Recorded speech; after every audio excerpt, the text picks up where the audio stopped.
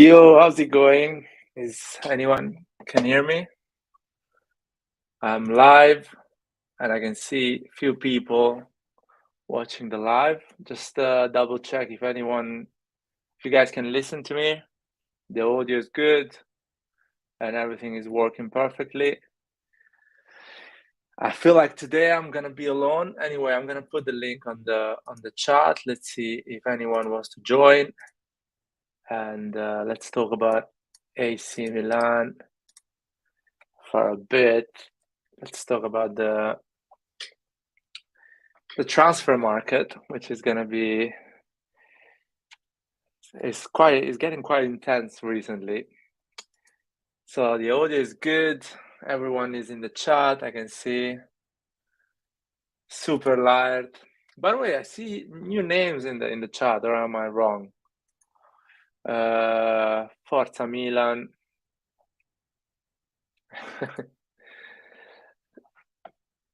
Trinidad and Tobago, that's amazing, man. We are all around the world. I like that the channel is connected with basically all the Milanisti all around the world. That is pretty cool for me. I never thought in my life I'm gonna connect with so many Milanisti all around the world. So let's start with the chart here. By the way, yeah, that's a real thing here. I have Milan from Canada here. If you guys don't like the video, you literally are an Interista, like for real. And I know there is Interisti that look at this, that is live, watches the lives, and I'm fine with that. They can dislike it, but all the Milanisti, they need to like it. So yeah, let's see a bit the chat.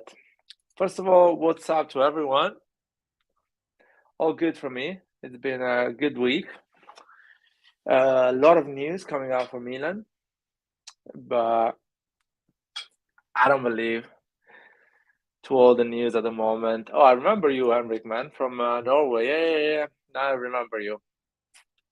A lot of news, quite intense, the transfer market at the moment.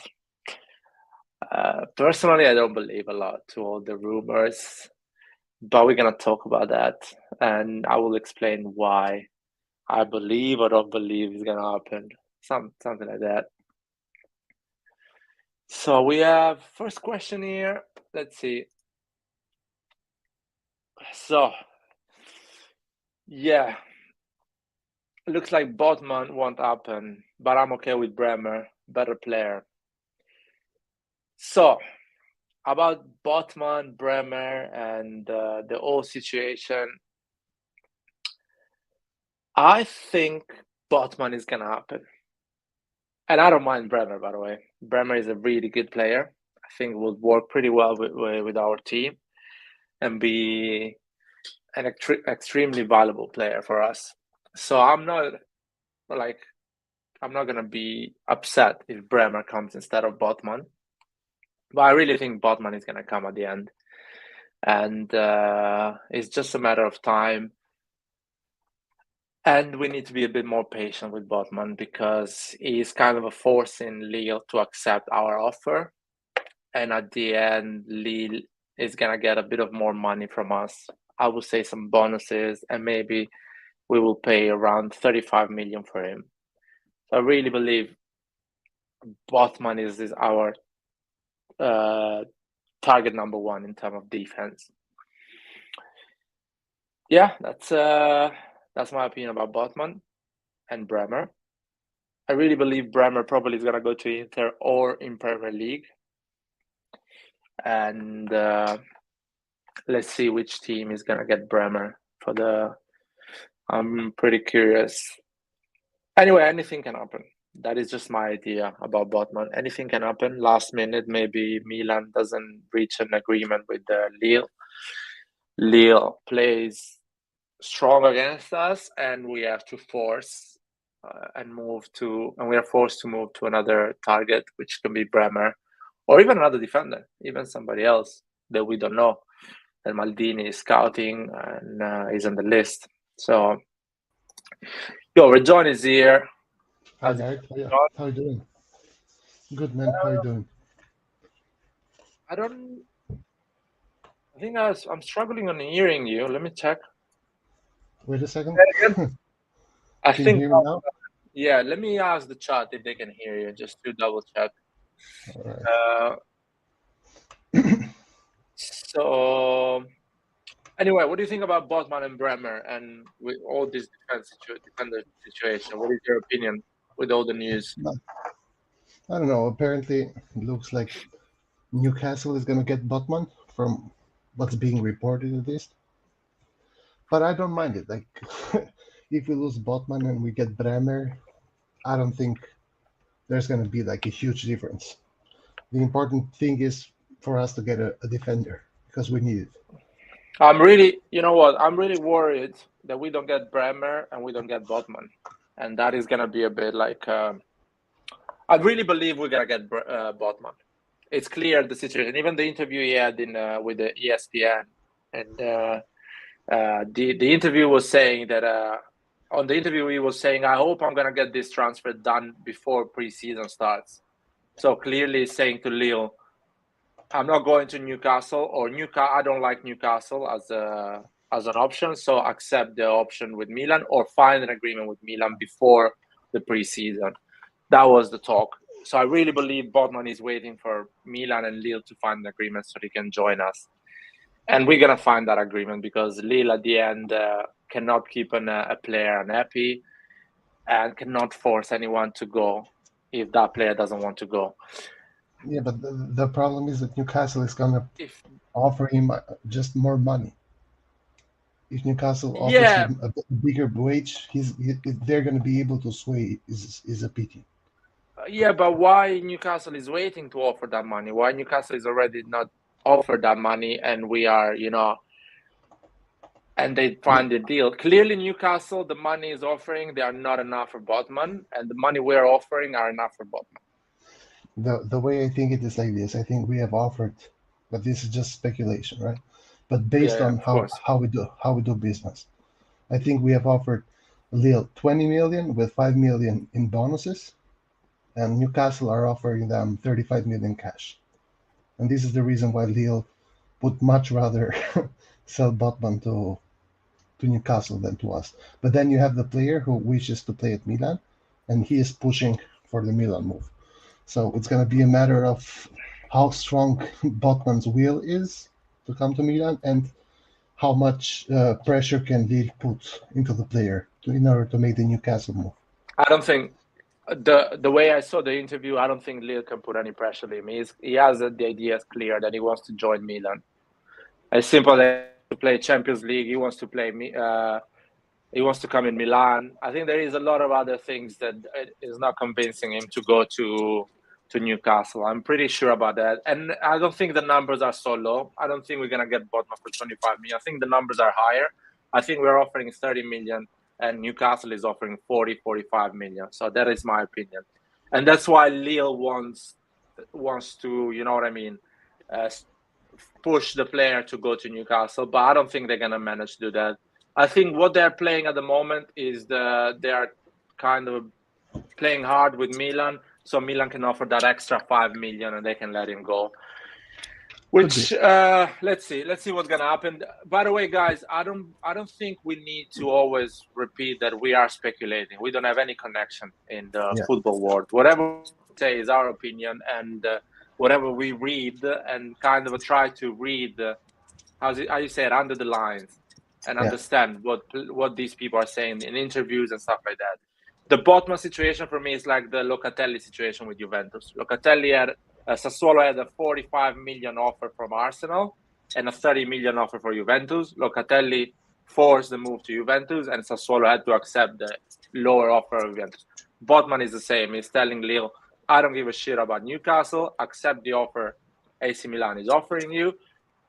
And accept it quickly because I'm not moving. I'm not going to Newcastle. I decided already I want to go and play for AC Milan. This is my opinion. I have Nathan here and Saif.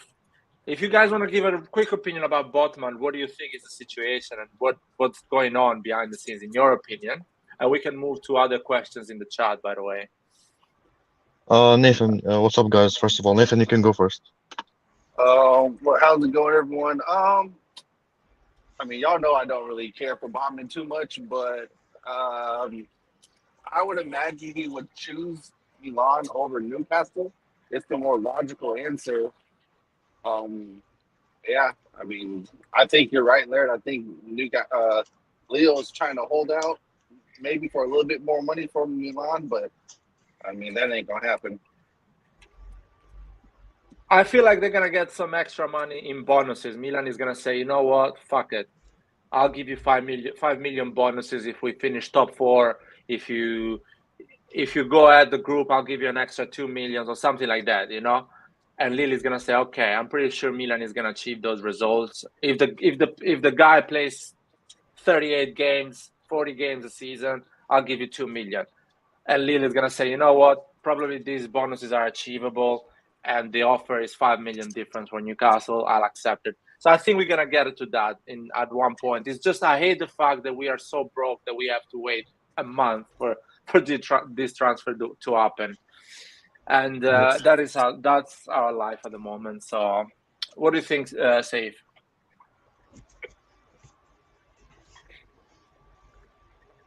Yeah, Saif is gone, man, or he's been mute and he doesn't know that.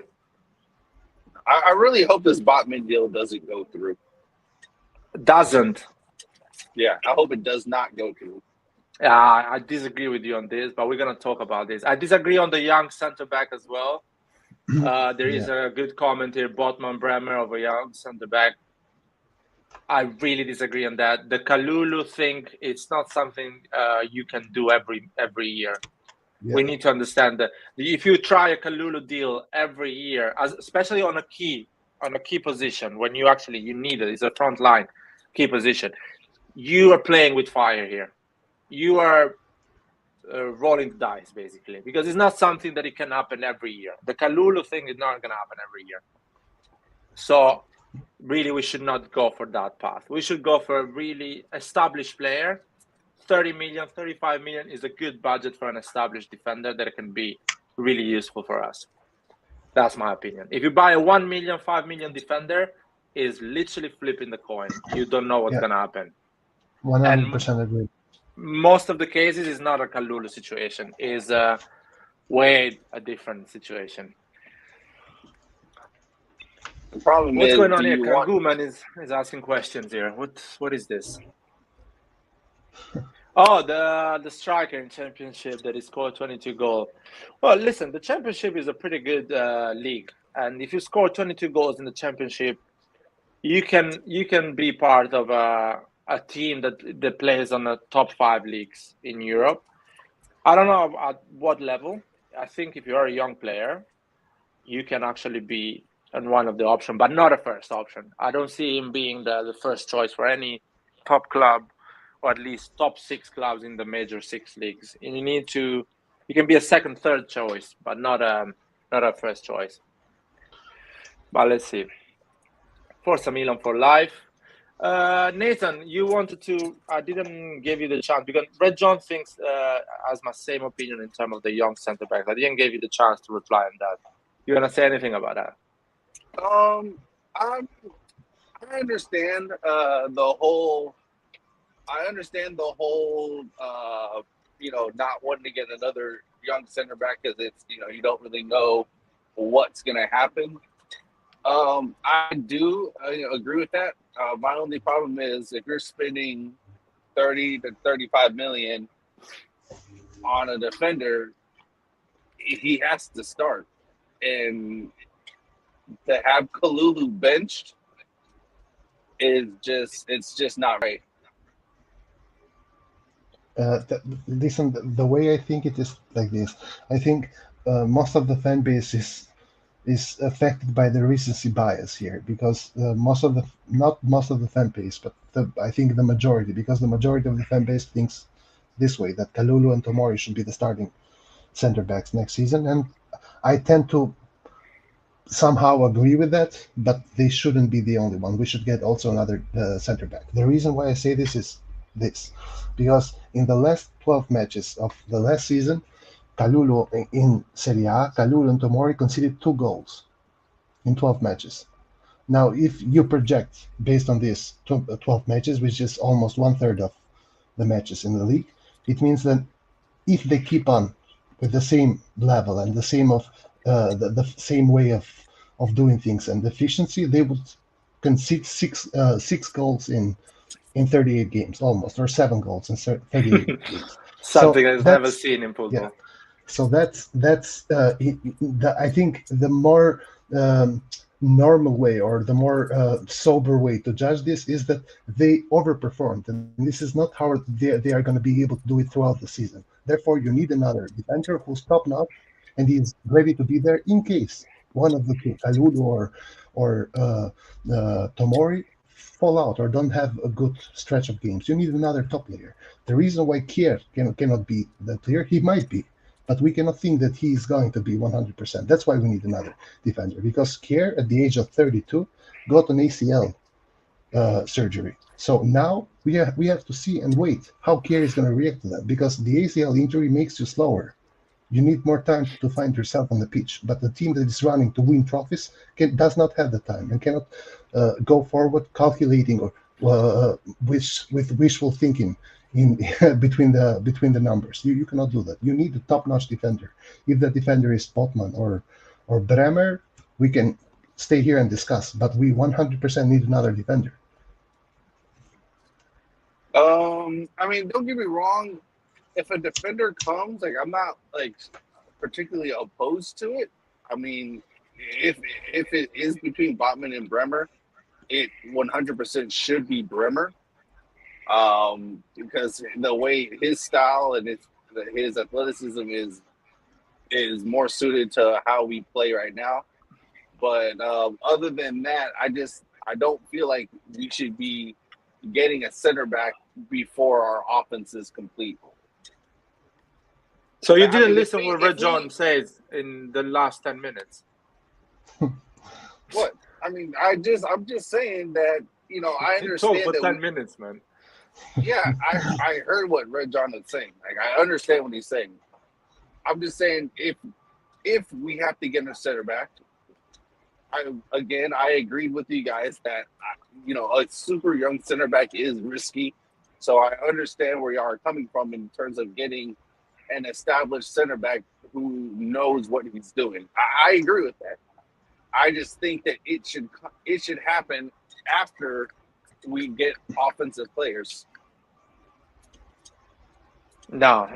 It's I agree with Red John 100%, and he actually explained it properly.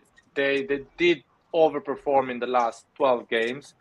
And rightly so. When the pressure is high and the stakes, no, it's not my opinion, man. They're not gonna get 7 goals next season altogether. Well, I'm asking, but why is it that they can't continue this? Yeah. Because you're gonna play every 3 games, so your form goes down a bit. You get tired. You get injuries, so you don't perform 100%. Sometimes it's not your day, and you're not gonna play great. Sometimes the opposition plays in a different way that you get caught up in different situation. Sometimes your goalkeeper is not having the game of his life, so every time you miss your striker, he scores a goal. So that's why you need 4 top center backs. So when you are lacking a performance, he comes in and he gets the job done. It's football, 38 games. It's simple as that. I understand that. But it's also the numbers, guys. 12 matches, 2 goals conceded. This is not realistic to make future plans on. You cannot base future plans on this, because if you go into the next season hoping that you will concede 7 or 8 goals the entire season, you are not being realistic. You have to have but obviously no team does that. But also the top teams do not cycle through their center backs like that just because they might have 1 or 2 bad games. They don't do that. No, I'm not saying that. All I'm saying is this, that. But that's what you're basically saying, though. You're really basically saying that Tomori and Kalulu are going to just have very bad spells, and that we're just going to cycle through our defense. No, all I'm saying is that we cannot judge Tomori and Kalulu as a partnership for the whole next season without taking measures or measurements for a replacement for them in case they do bad. This is all I'm saying. I'm not saying bench Kalulu or But when you say do bad, how long of a time frame does this bad spell last? 3 games. Who knows, man? Kalulu is 21 years old. He had a great season. He can have a bad season next one. At 21 years old doesn't give you consistency, and you cannot put the whole pressure of AC Milan the entire season to a 21 years old Kalulu. They had a good season. You need to divide that pressure with 4 players. Basically, you're putting your eggs in 4 different baskets. And if one of the baskets falls down, you still have 3 of them. So this season, Kier got an injury. You still had Tomori, Kalulu, and Gabbia. Next season, Tomori can have an injury. You still need to have Botman, Kalulu, and Kier, because you're going to the next level. And the next level means having these type of players, not a young center back again. Also, I next agree season, with that. I don't know also if I said next season, the last 8 times. Also next season, you have to go for the Champions League as well. You have to pass the group stages 100%. Not passing the group stages next season is a failure. So you need more players now. You need more players to be ready. I understand that. I completely understand that. I don't know if you guys have heard me the last 30 times. I agree with what you guys are saying. But if you agree, you should not wish that Botman doesn't go through as a. No, I said I would prefer Bremer. All right. Then if we have to get a center back, I would prefer Bremer. What I'm saying is, before we get either one of these two, we need to ensure we have the attacking options before that, because we have no actual right wing and we have no real cam. These are facts. I don't want to keep buying backup positions when we have positions that are not even have one person. Nathan, that's my whole problem. Nathan, you know what is a fact? No. I want to stop Nathan here. You know what is a fact?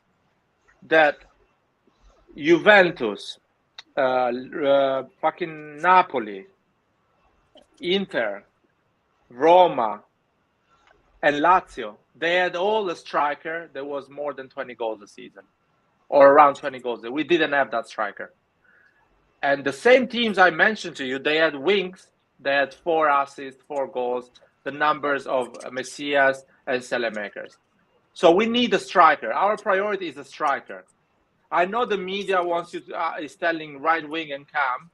I don't listen a lot to the media. In my opinion, our priority is the striker. We need a 20 goals a season striker, because our wings, if you look at the stats of our competitors, are doing more or less the same numbers. The same numbers of Napoli. Inter that doesn't play wings. If we need a striker. If we only played in Serie A, I would completely agree with you. But Milan's bread and butter is the Champions League, and I'm tired of getting embarrassed. Not this Milan. No. I only know one Milan. I only know one Milan, and Milan's bread and butter is the Champions League. We have a defense. We have CDMs. We have the left wing. We have. I know Origi's coming in. I know we need another. We don't have a striker. We don't have a striker. You don't have a striker. You were talking about Champions League, and we don't have a striker. Calm down. I agree with you. Calm down. You're not agreeing with me. That is a way for me to shut up. But you're not agreeing with me. You clearly shut up, Blair. That's exactly right. Yeah, that's a different way. Don't say you're agreeing with me. No, we do need a striker. I'm glad we're linked with Scamacca. I'm glad we are. Very good. However, we need a cam and we need a right wing. And it's not just me who thinks this. Maldini thinks the same way too. So unless you disagree, you had a dinner with Maldini recently. Maldini, bro. Okay, you're right there. You're right. You're right there. Okay.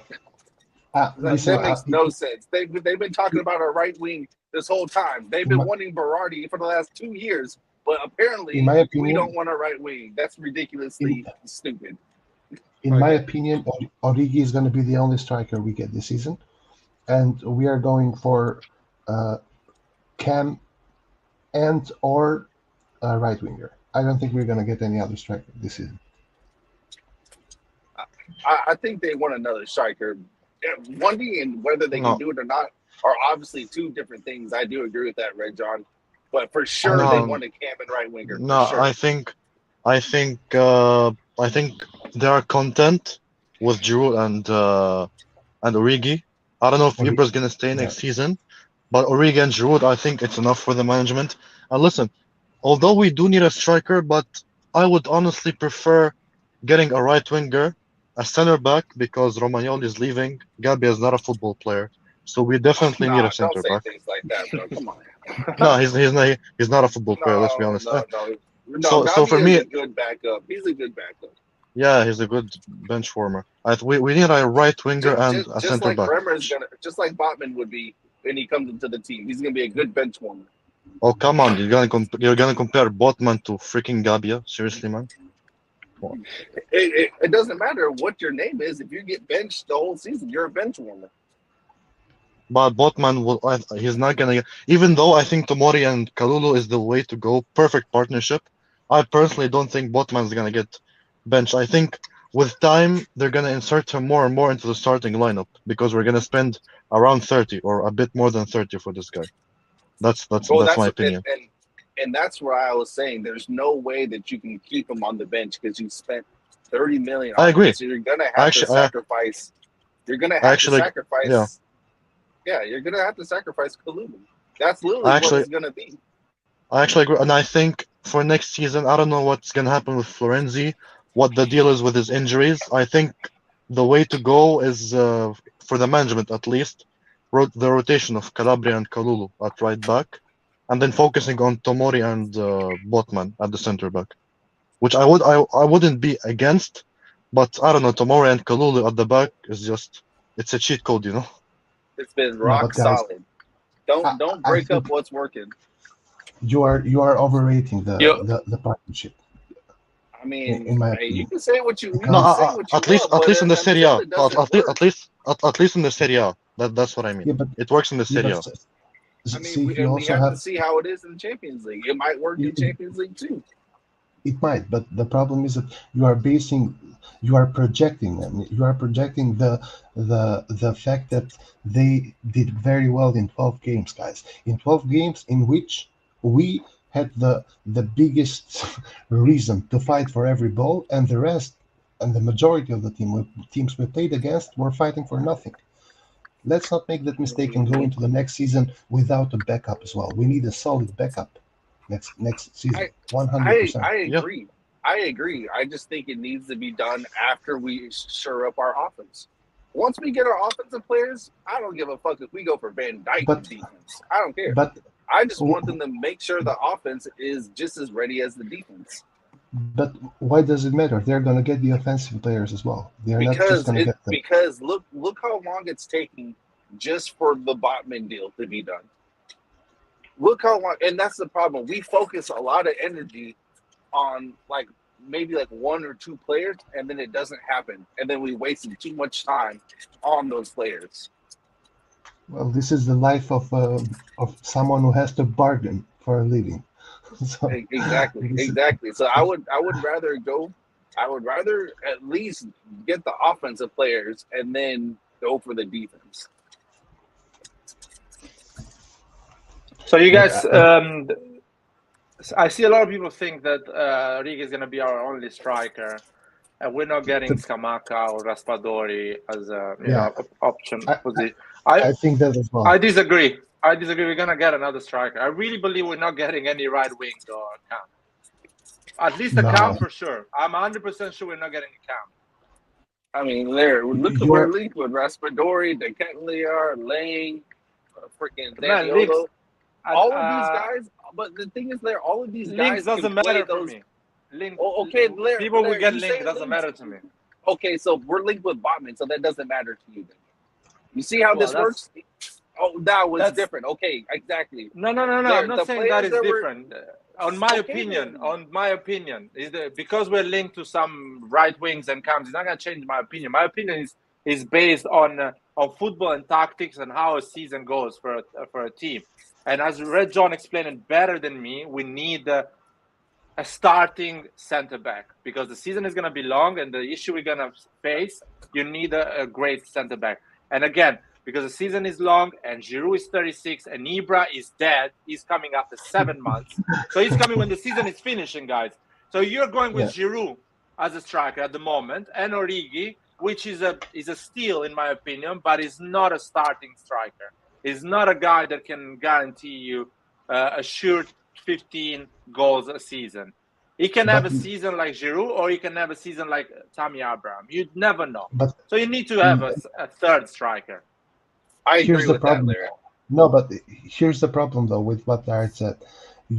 I don't think the management has the courage to go and tell Giroud, you're going to be the third striker next season. They are just not going to do that. I think Giroud understands his actual position. Not as a third striker after being clutch this season. He's not going to accept that. And the management is not going to do that. But I kind of feel like if we were to get like Scamacca or something like that, I mean, I think he would know. He would know that, you know, this is how it is. Like, Milan has to move forward. But don't you think that Scamacca, Origi, and Giroud will be a bit too much? Let's be honest. Because I think I don't really mind the rotation about Origi and Giroud. And Giroud is not, like John said, he's not gonna accept a bench option. I think he will demand to start games, and rightly so. He's the reason. He's partly the reason we won the league, to be honest. No, 11 goals a season, you don't demand nothing, man. I'm sorry. 36 years old, 11 goals, you don't demand. He will play, regardless of what we think. He will play a lot next season because we're gonna need him next season. If you give Scamacca and Origi to Pioli, he's gonna play when these guys are injured or tired. Yes, I agree, but I'm just saying how I think the management thinks. They are content with Giroud and Origi at the top. I don't think we're gonna get another striker. Okay. I think them going for Scamacca. I think they want another striker. I partially agree with Seif in the sense that I think the management is happy with Giroud and Origi, but I don't think Giroud demands to be a starter. Giroud demands to be the second starter, the second striker, so he can get minutes, but not every minute, right? The main striker is gonna do that, and that main striker.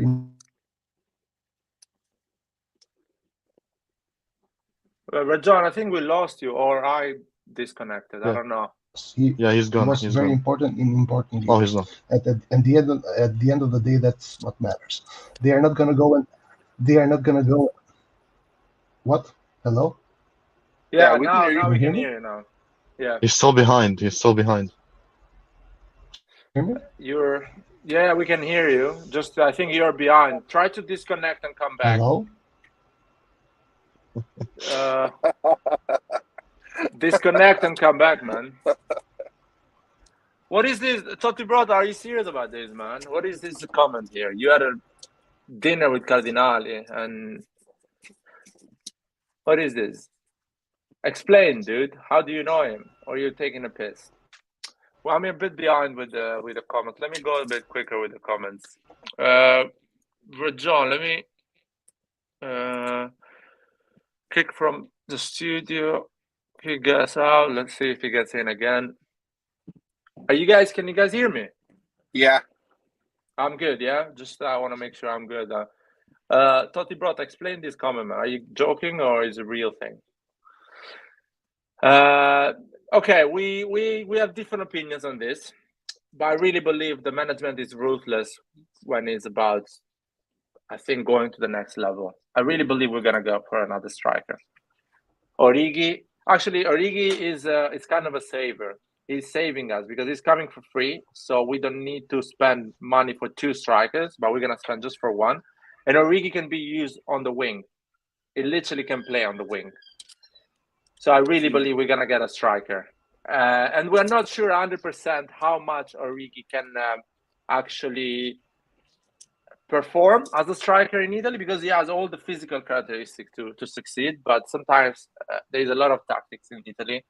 Maybe he can get a bit ineffective in the center, and on the wing maybe he can be more effective. So let's see. I think the Origi one is not our final striker. I think we're gonna get another striker. It's more. I see more, or another striker that actually a cam. I think Renato Sanchez can play as a cam. Diaz, Adli, Bennacer. We have those options as a midfielder cam. Rajon, you're back. You want to try again? I'm back, and I don't know, man. My internet is kind of funny.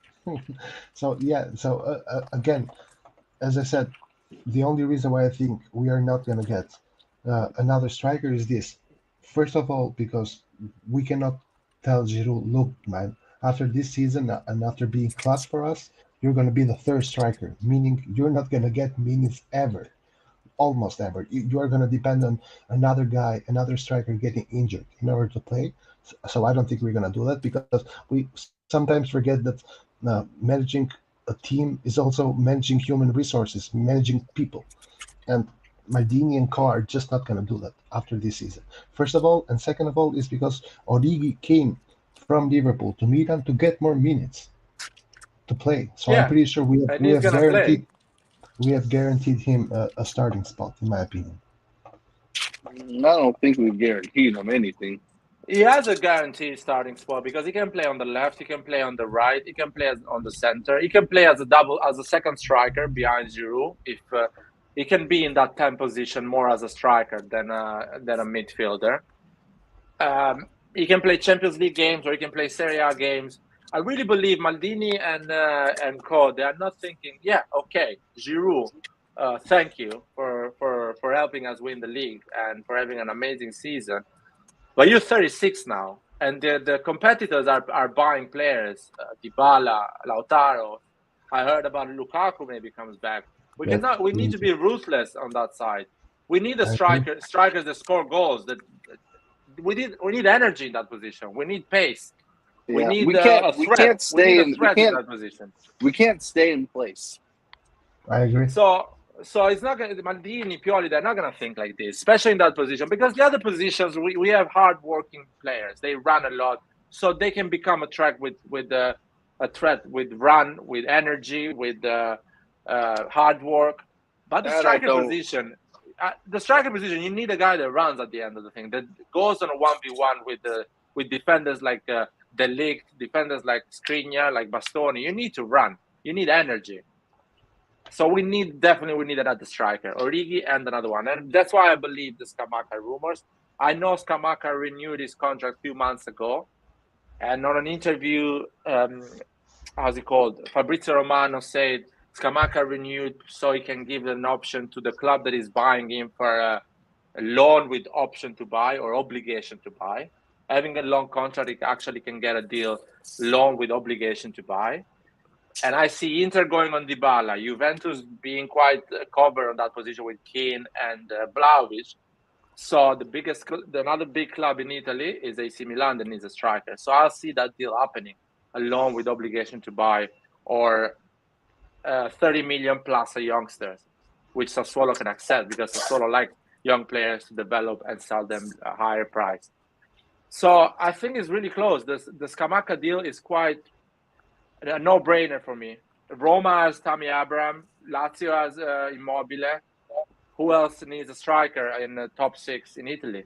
Napoli, Osimhen is already there. And I don't think Napoli has the money to invest on Scamacca. They need to invest another position because some players are leaving.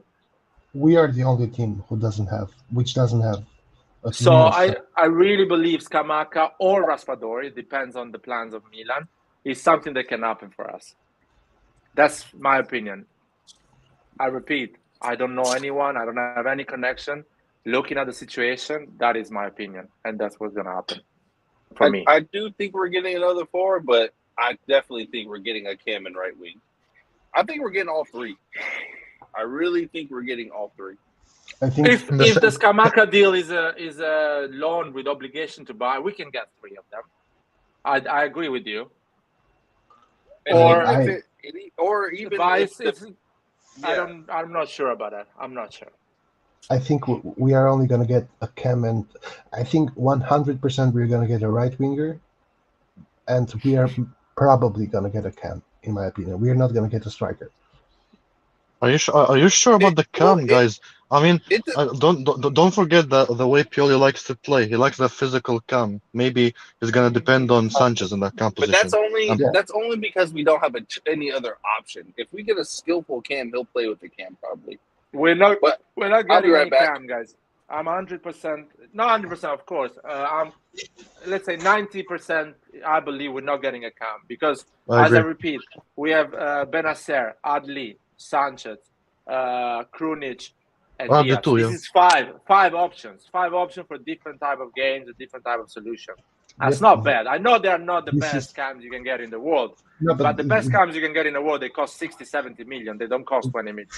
This is the reason why I doubt we're going to get a cam, because we just have too many midfielders. And if we want to go forward with a 4-2-3-1 formation, probably Sanchez and Adli and Brahim. I forgot Pobega as well. Pobega. Yeah. Pobega can play in that position. He played with Torino with the two number 10s and the striker. Yeah.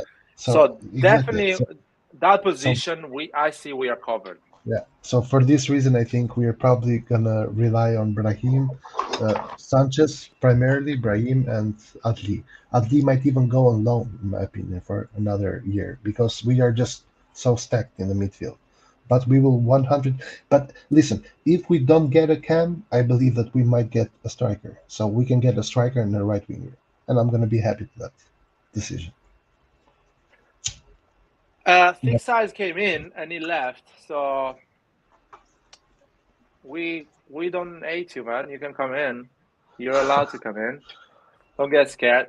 Another thing, my dream signing would be Scamacca and Raspadori, both of them. Because Raspadori can cover all the four positions, the forward position we have, all the four. He can play on the left, he can play on the right, he can play as a number 10, he can play as a striker. Of course, not the type of striker Pioli likes, but he can do that position. And I would love to have a player like Raspadori. Scamacca, because we need Italians anyway for the quota, and I prefer to have Italians that are actually good and ready to play for the first team, not like fake players like we had Maldini or... we're going to, guys, next season, the goal is to go through the group, man. And it's going to be a group of death anyway, because the second pot and the third pot is banging. Super hard. Yeah. Super hard. If you get Tottenham, if you get Barcelona, and another fourth pot that is tough, it's still a group of death. So you need incredible players in each position. Actually, and if I can stop at this point, you are 100% right in this. We are going to get a hard group because in the first of all, the second pot is harder than the first pot, in my opinion. Yes. Because in the first pot, you have always like this, by the way. Yeah, it's always like this. And in the third pot, you have Portuguese teams, and we saw, like against Porto, the Portuguese teams are hard, but we saw even against Rio Ave, if you guys remember. I still have nightmares with that. And you have, I think, Shakhtar. You have experienced teams in the third pot. Champions League teams, man. Teams that go in Champions League every year. So they know what to do. And these players, they wait for the Champions League the entire season to showcase themselves so they can get a big move. So they're going to play like crazy against us. I mean, against everyone. So it's going to be a tough group. We need players that are ready, man. Not youngsters that maybe gonna be good. No chance, man. And I really, when I say Scamacca, at least Scamacca is gonna run, he's gonna fight, he's gonna put some physicality in the game. It's not gonna be Giroud. Yeah, Giroud is slow, man. Giroud doesn't have the energy to play at that level. So on the Champions League level, the 36. Scamacca is not really like fast as a player either, in my opinion. Yeah, maybe he's not faster than Leao, but he is faster than Ibra and Giroud. Yeah, that's for and sure. He can actually run 60 meters, fighting shoulder to shoulder against a guy. So literally, we need and these are type of players that are quite motivated. They are like, this is my chance to get in the national team. This is my chance to get a nice contract. This is my chance to become that type of player. So I need to move to a big team like AC Milan and play Champions League. And as always, I repeat, Italian players, they don't move away from Italy, so they accept lower contracts, easy to keep them in the squad. And if they don't work, you can sell them to Lazio, Roma, Fiorentina, Juventus, Inter. You can move them around in Italy, so it's not a lost asset. No, Lazetic is not going to be a third striker. No chance. Yeah, I don't think so. I mean, I don't think so. There is no improvement. We are going to the season with Giroud, Origi, and Lazetic. There is no improvement from the season before. And we know this management always brings some improvement in each department of the squad. So that's the thing. Giroud, and by the way, Giroud is a player that from 35 is going to 36. So every season that goes, it gets worse, not better. Maybe a player like Tonali, Bennacer, Kalulu, Tomori, they get better and better every year. Leao, but players like Rebic, Giroud, they don't get better every year. Some of them stay stable. Some of them they get worse. So I agree with that. That's. But who do you think we will get as a right winger? If you think we're getting a right winger.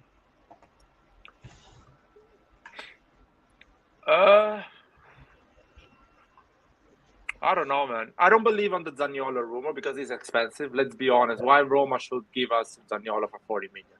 Yeah, I agree. Why? And why we should spend 40 million? 40 million is a lot of money, by the way. Yeah. For a guy that is still not 100% sure he's a deal. Is a good deal. You know what I mean? He doesn't have the numbers, man. I'm sorry, but like at least I have this. If I talk shit about Alexis having some little goal contributions, I have to talk the same shit about Zaniolo as well. I'm not gonna say good stuff about Zaniolo just because he's Italian. Two red cards as well. I think it's noted. He has 2 red cards. He's quite a hot-headed player at times, which I hate. In my opinion, we are gonna get Ziyech in the right wing from Chelsea. Because there are news about that? No, I haven't heard any rumors. I just know that Chelsea is willing to sell him for 20 million. So I think we are gonna get him. But this is me. This is no news, no rumor. If I honestly had a pick, I think it's crazy that Arsenal are linked to Rafinha from Leeds, and we're still not attempting. He's around the 40 million mark, which I think is a good price for him. Or Pepe from Arsenal. I could see him coming as well for around. Rafinha is more exciting. I don't know what Pepe. To be honest. Is Pepe leaving for free? Is Pepe a free agent? No. No. I wouldn't pay any money for him. I would pay money for Rafinha. I wouldn't mind Rafinha. I don't think Rafinha is more exciting than Zaniolo. Leeds is a team that was almost relegated, so you're getting a player that is played for a team that was almost relegated. So he's a prospect. I think he's 23, 24 years old. So is what Roy says. If that guy is not called Rafinha, he's called Giuseppe. No one gives a shit about him. Let's be honest, guys. Let's have a bit of honesty in this talk. Rafinha is a Brazilian guy that plays for a team that was almost relegated in Premier League. That guy is called Giuseppe. We don't care about him. No, but that's not a skill. I mean, the same Rafinha as a starter for Brazil. That's something. Exactly. Because he's Brazilian, we care about him. If he was Giuseppe or Raspadori starting for Italy, we would say no. I'm not convinced. I'm not sure about it. I mean, calm down with these players. Because we are talking about 40 million, they need to bring a massive improvement in this team. And when I talk about massive improvement, we're talking about serious number here because we're talking about fighting for the Serie A and going quarterfinals of Champions League. Can these players provide that step? I'm not sure 100%. De Ketelaere, this is an incredible prospect. I think he's an incredible player, but I'm not sure he walks in and he brings that quality that we need or that improvement that brings us to the next level. That actually helps us win against Juventus and Inter in a direct game. I don't think he will come just because he plays as a cam, and I really find it hard for us to get a cam now that we talked about it. And by the way,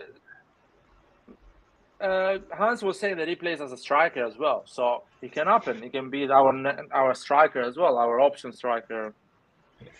40 million for a third striker. Yeah, that's the thing that puts me off a lot. These numbers, these 40 million are crazy numbers for me. Yeah, but I guess this is how this is what the values are right now of these players. Yeah, maybe. Let's see. And we guys, do we really know how much is our budget? No, because I don't think like anyone really knows how much is our budget. But I don't even think we have a budget. I just think Maldini has to go like propose, or I don't know, to the management what players he thinks he needs to get with the subjective evaluations, and then that's going to be the budget. It's not like they tell Maldini you have 100 to spend, and Maldini tries to spend exactly 100.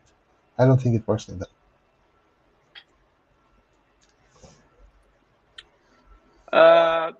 Ziyech, it can happen. One of those deals the last week or last 2 weeks of the Mercato, they tell him, you're not going to play for Chelsea next season. You better leave. And they send him on loan or a fee like 20 million, 15 million. I believe in this type of transfer news. That's it. That's my opinion on these names. Big players, they play for big teams. They don't have a space in that team. It can happen because he's going to say, okay, Milan is willing to pay me the same amount of money. Champions League football, compete to win a league. Fuck it, let's go. Chelsea doesn't want me to play anymore for them. I'll move. I believe in these type of moves. I don't believe in players from Real Madrid and Barcelona. They get paid too much. They have two salaries that we cannot even get closer. So I don't believe in those rumors. I believe in rumors like Sassuolo or smaller team, so you can give them a young players and some money to get these players. The Rafinha one, I really believe is gonna go to Arsenal. I don't think it's gonna go to Arsenal because they have Bukayo Saka in that position, which is a pretty good player. Barcelona want to. Yeah, Barcelona maybe can make a move for him. Barcelona doesn't have any money at the moment. They need to get rid of some players. It's a weird situation for these players. Maybe Bayern Munich can go for Rafinha. And Leeds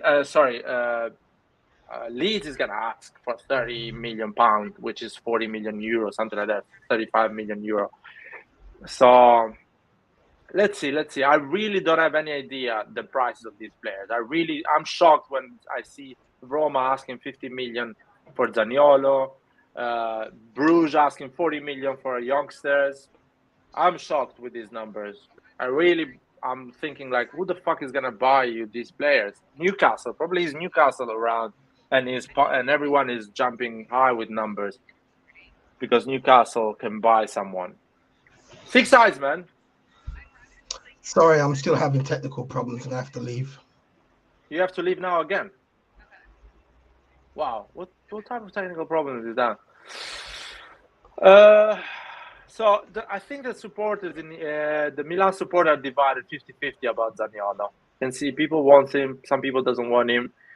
I repeat, I want Zaniolo, not for the prices they are talking about, not for 40 million, not for 50 million, what Roma was. And it's more like I don't believe on the rumors, not like I don't want Zaniolo, because at the end of the day, it's not our money. Who cares?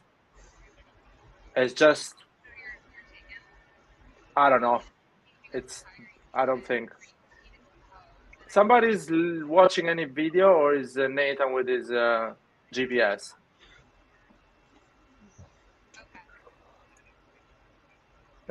Nathan is talking with someone on the phone. ZH29, what is the issue with that? If it's a low price and is a decent contract, I think he can do another good 4 years for us.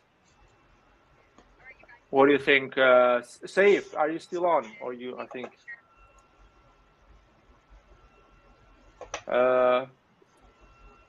No one is on. But John, I think, is not on. He's having No, I'm here. technical I'm here. issue. Or you're...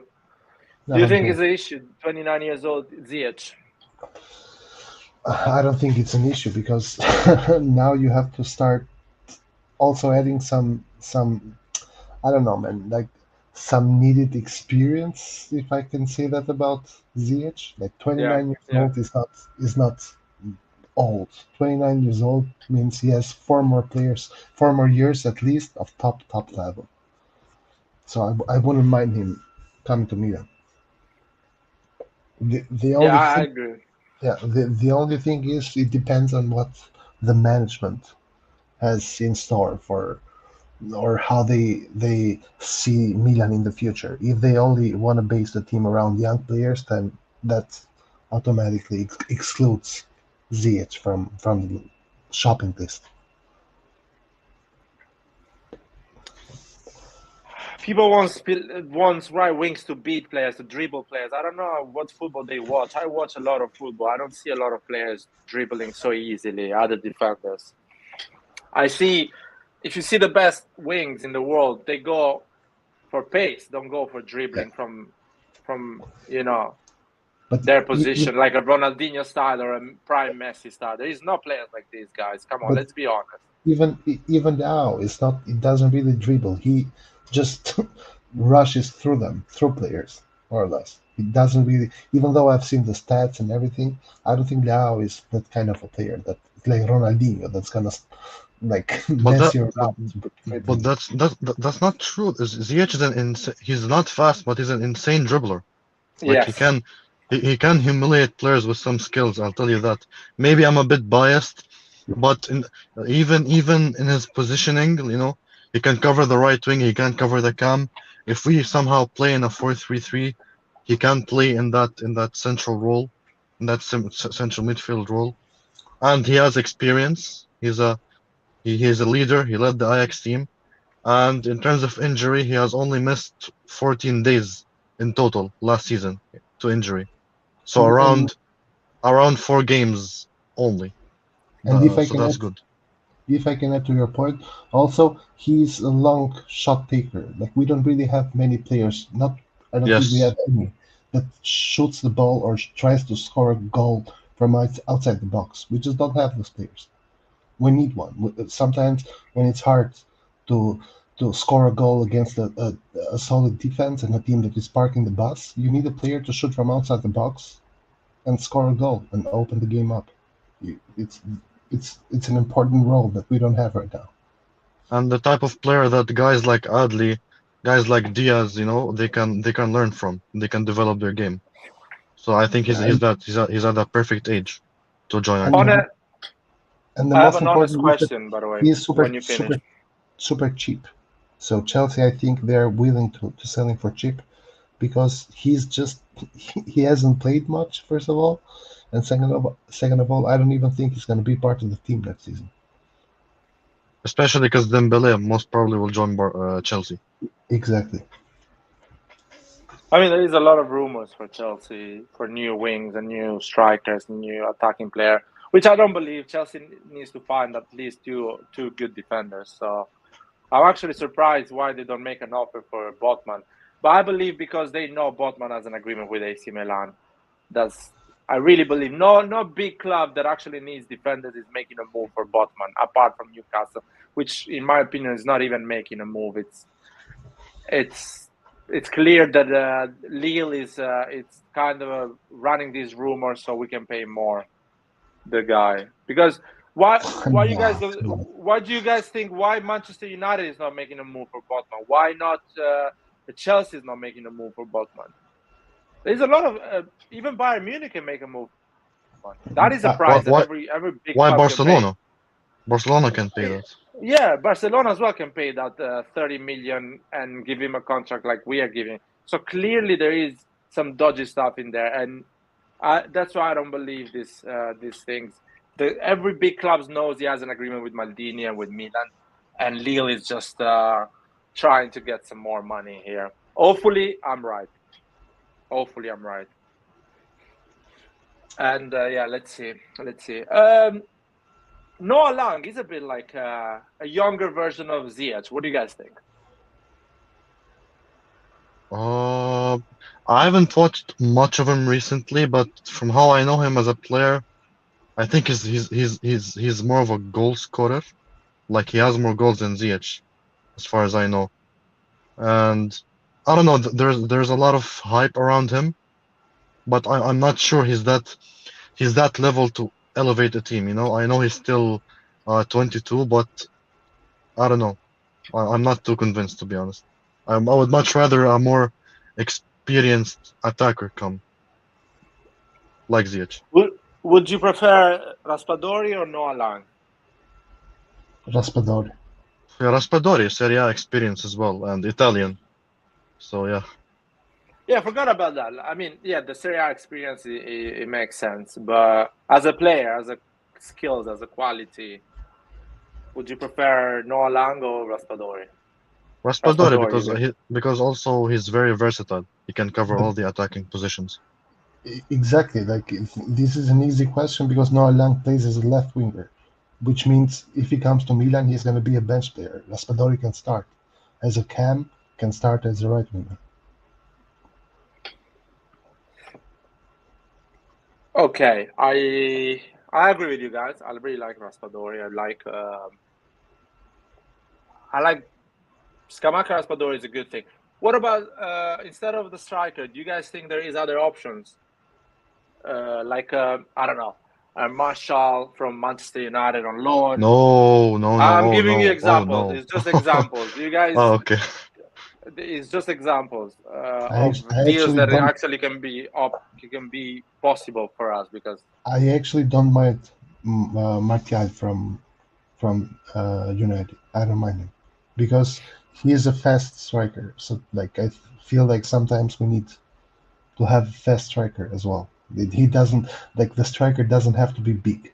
He needs to be fast. Let me tell you something interesting though. He has scored a grand total of 0 goals with Sevilla in 9 appearances. Okay, so he's at Sevilla right now. I thought he was at Man United. He's terrible, man. And the worst thing about him is that he's a lazy fucker. He doesn't run at all in the game. He doesn't run. He doesn't even try. You know? How much they pay for him, by the way? Remind me, please. Did they buy him? United or United? United paid 70 million or something like that for it. Yeah. Yeah, something crazy, yeah.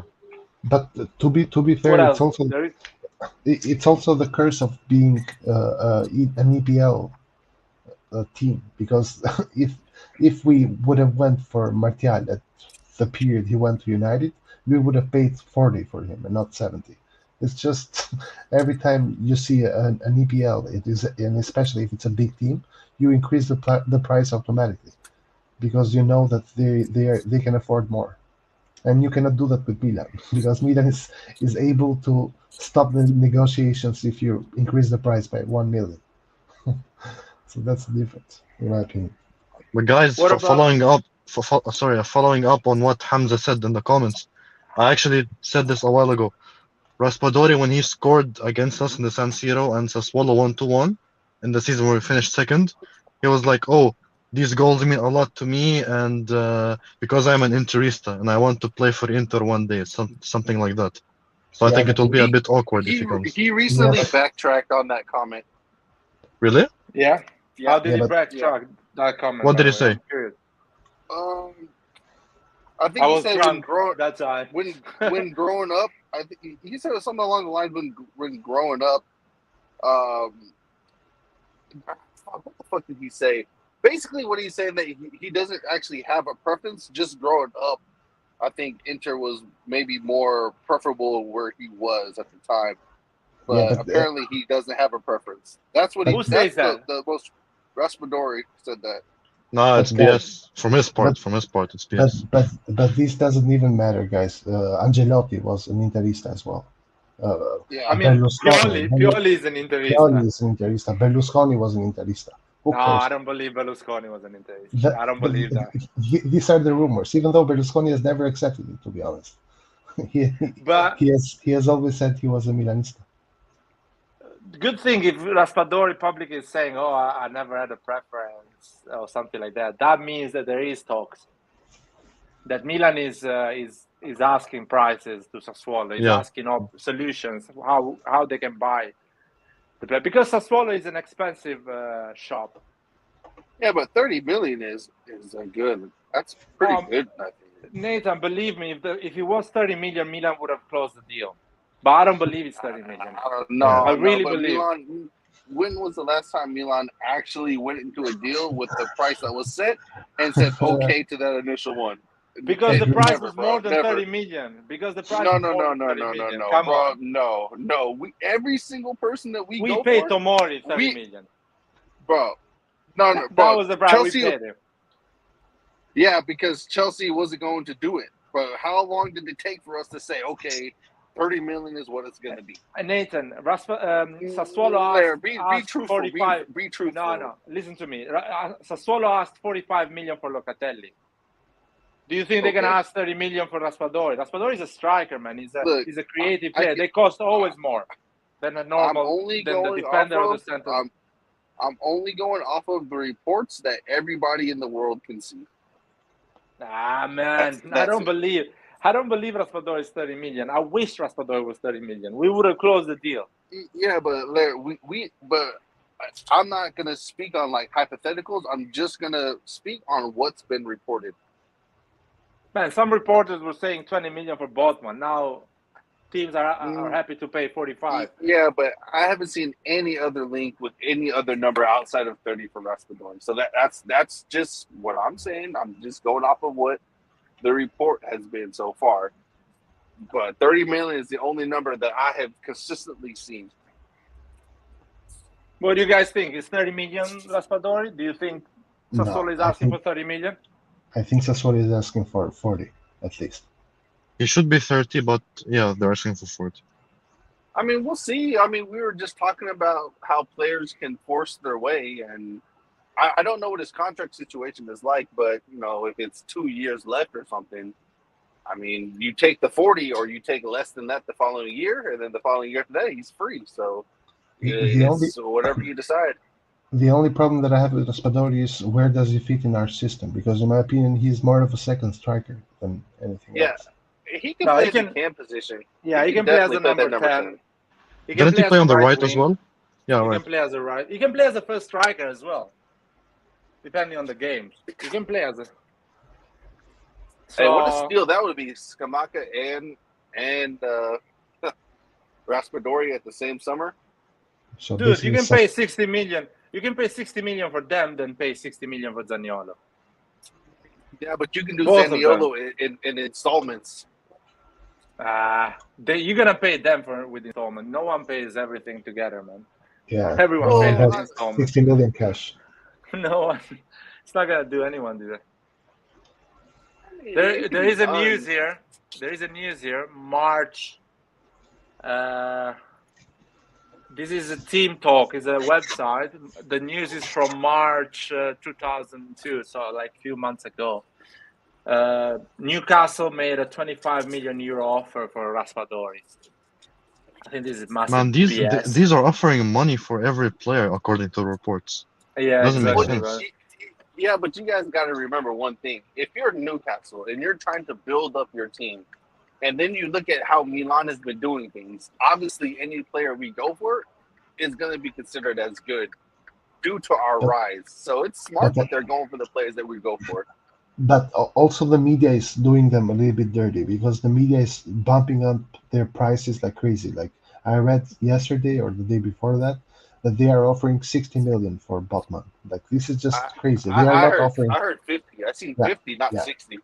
Yeah, they are not offering 50 or 60 for Botman. They are offering 35, in my opinion, because they don't need to offer 60. They just need to offer a little bit more than Milan. I think they offer 40, but around 40, more than 40, million, it's impossible. Something like that. Yeah. But I really believe they are out of the conversation. It's just media talking about. They know the player doesn't want to play for Newcastle. They just are out of the conversation. They are working on other deals. They are working on other defenders. I'm pretty sure about that. It's just until media and deal. Until the deal is done, anything is possible. Yeah, of course. I'm more worried if like somebody like Chelsea wakes up in the morning and says, "I want Botman. Fuck it. How much you want? I'll give you 35 million." And Botman is like, "Okay, Chelsea for London for Milan, Chelsea for Milan. Why not?" That is my worry. Newcastle is the last worry I have. Or fucking Man United can come over, can wake up one day in the morning and say, "You know what? I'll give you 40 million for Botman." And Botman will say, "Oh yeah, Man United." So that is my worry. Newcastle, I really don't believe in the rumor. Media and Lille are using that to get more money from Milan. I do agree with that. I agree with everything you just said.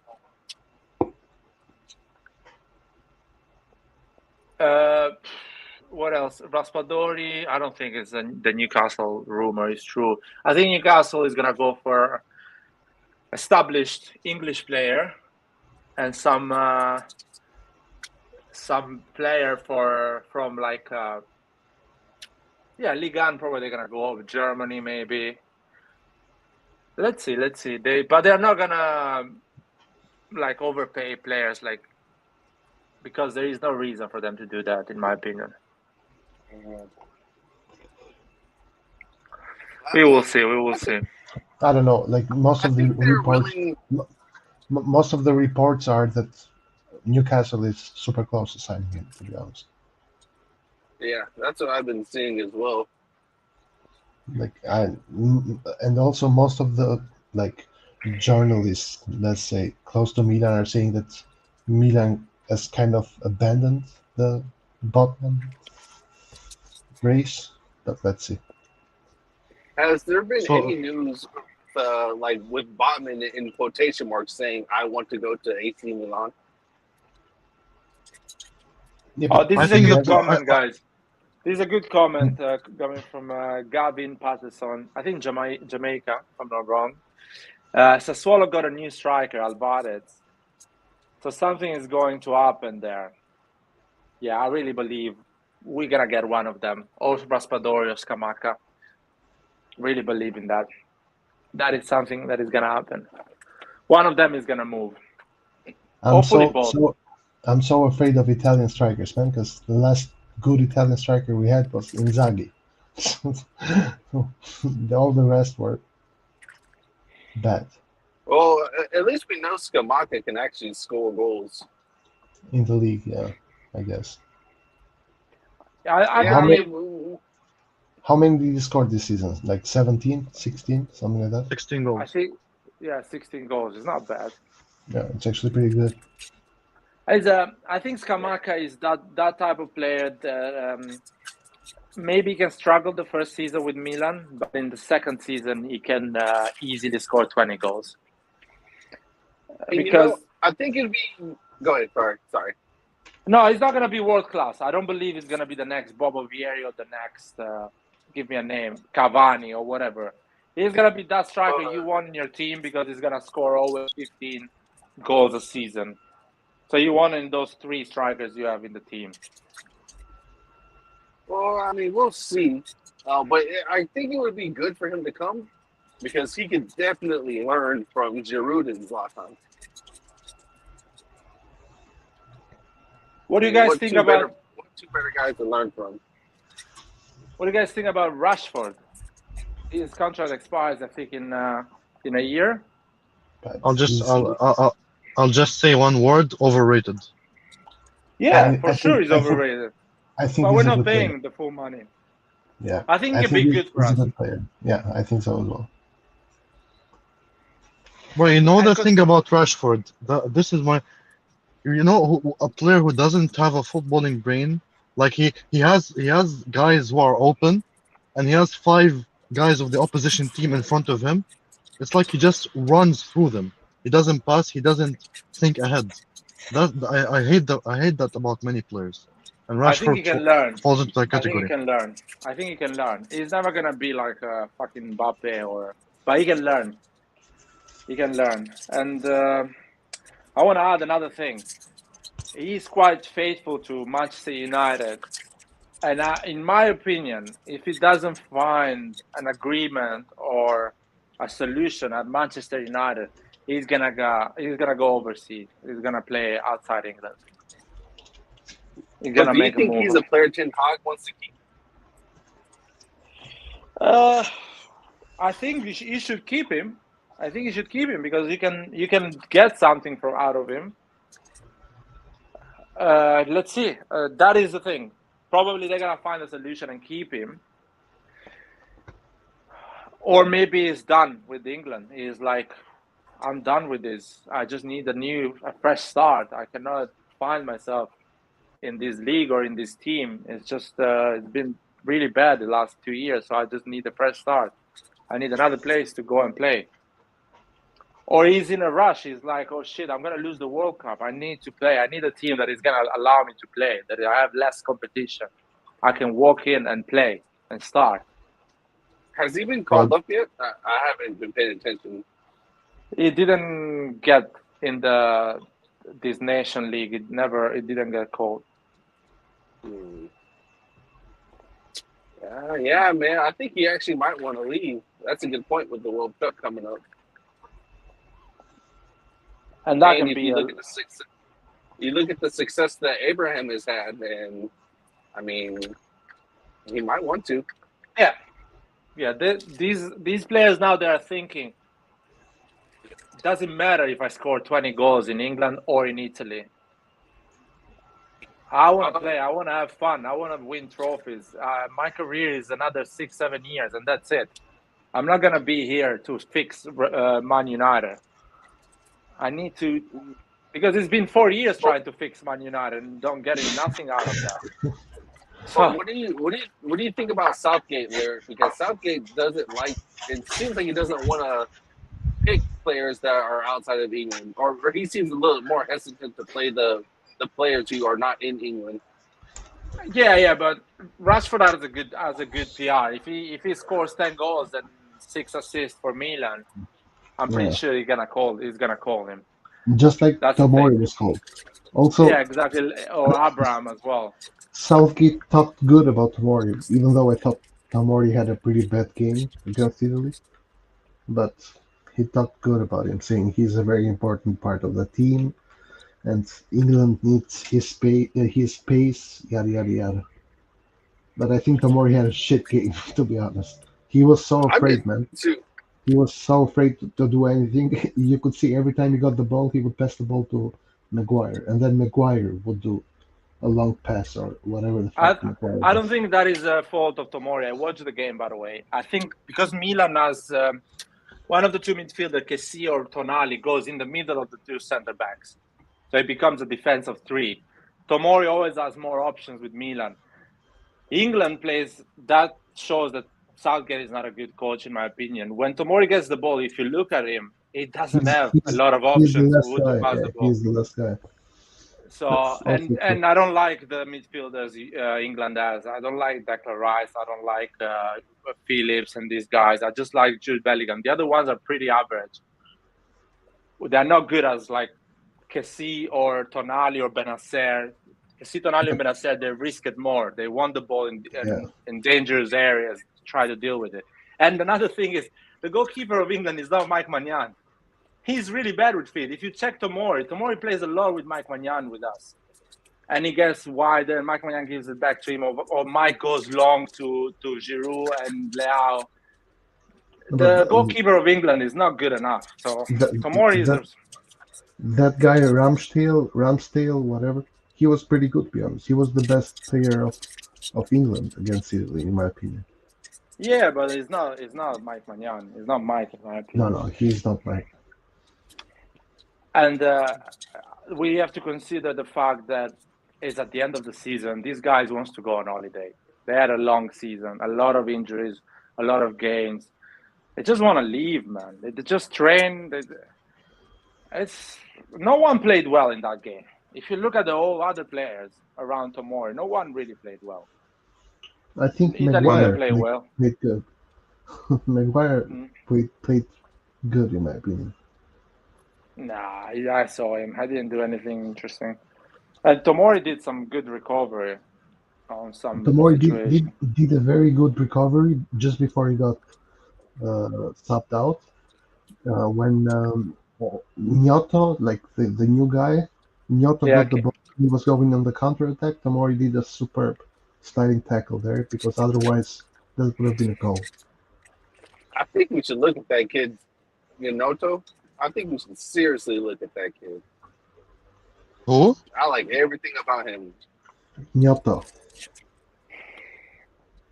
The right wing. Roy, what do you think about the Scamacca and Raspadori deal? Is it gonna happen? Yo, what up? I wish. That'd be great. That'd be amazing if they can do that. I think they're gonna do one of them, like as a deal, not like actually do them. What? Nothing. Keep going. No, dude, that would be incredible if they can get these two players. That would be like a super market. I really hope they get both of them, but I don't think we're going for one of them. I don't know. I don't know.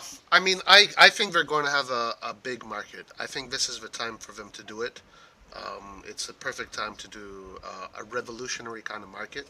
I think they're going to do that. Let's see. Yeah. I'm expecting. Well, I mean, if you think about it, they're going to definitely spend money. Like, I just don't see them not spending money, especially with the new owner coming in, and then renewing Maldini. Maldini kind of made it clear where his head is at.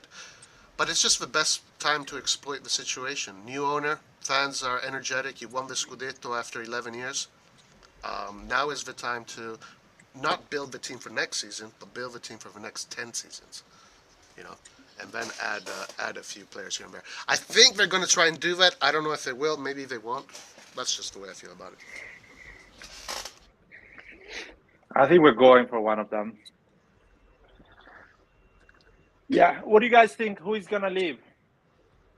We didn't talk about that. Who's gonna leave? I have a theory. You have a list? Rebic is gonna be going. I have a theory. Give me the list. Give me the list, Roy. Give me the list. Who's leaving? Rebic, Bennacer, and maybe Bennacer. Yeah, I can see that too. I can see that too. And maybe Messias or something. We know why would Bennacer leave? Well, because if you in serious threat. If you look at Bennacer's position, right, he is in serious threat. Pioli has made it clear that Bennacer is not the first pick, unless Bennacer goes in and fights for it again. But Pioli made it clear that Tonali is his first pick over Bennacer. We have Renato Sanchez coming in. It depends whether or not they get an attacking midfielder. If they get an attacking midfielder, Bennacer is not going to see much of a pitch, and he's a player that he doesn't want to renew yet. He said he wants to wait. So he's a player you can potentially make 50 million off of this summer mercato, and then use that to really get yourself the cam, the right wing, the striker, and the defender. And you have the midfield with Renato Sanchez, Pobega, Ali, Tonali, Krunic is a strong midfield. It can be better, but we have to see how good Ali is. We have to see how good, because if he's really good, then we pretty much sacrifice Bennacer to have another player like Bennacer, which is Ali, and then use those funds to really go after the top targets. I think. Yeah, because that's 100 million that can go to 150 million. Exactly. Or even 120 can go to 170. Yeah. That does make sense. That does make sense. You guys think we can sell him for 50 million? I don't know about that. Well, not saying he's not good. His release clause is 50 million. His release. I don't know, man. I think he's ready to take the. He after he woke up from that bad form, he had an amazing, end to the season. I think he's been very good. And we need numbers. We're gonna be playing many games. Why would we sell him? I don't think Pobega is the answer, to be honest. I think Pobega might leave. Safe. Remember, it's not what the club wants to do, it's what he wants to do. Like, they're asking him, hey, do you want to renew? We want to give you this renewal. He's going to tell him. So it's really up to him what he wants to do. Yeah, the club wants to keep him. But the club has given him a renewal, and he has accepted it for what the reports have said, but he wants to wait. So it's up to him. It'll be up to him. I think it's wrong if we get rid of him this summer. I'm fine to sell Bennacer, but I'm fine to sell Bennacer when we realize that we don't need him, like that Pobega, Adli, Sanchez, and all these new players adapt and perform and understand the football Milan plays. Yes. Because And Bennacer knows what football we play. He can perform. We've seen him having incredible performances the year before against Atletico. I remember against Napoli. He played an incredible game against Bologna, and he scored a goal against Cagliari. He played incredibly well those games, so he can play really well.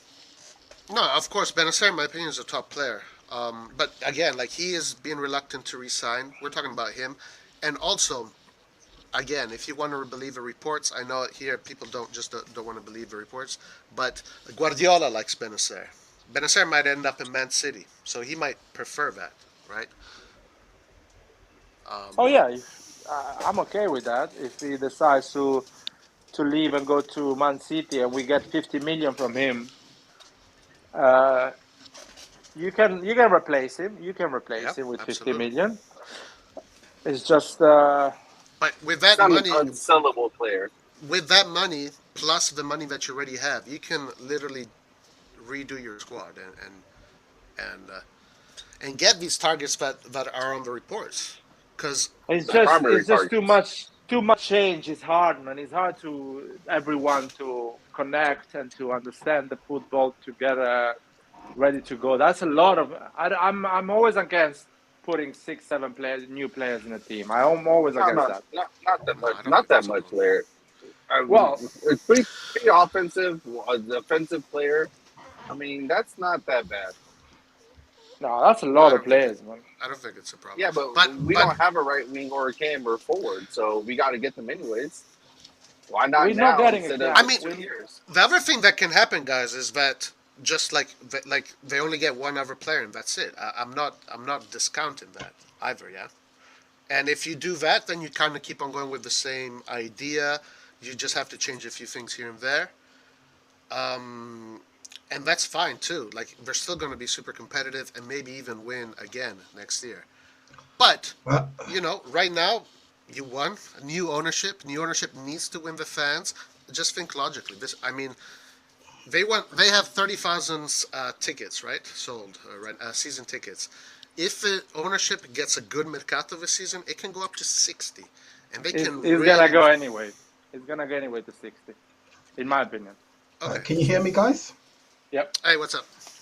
Yeah. I have to. Six sides, that's you? Yeah, that's me. I've been dying to get in here because. Hell yeah, bro.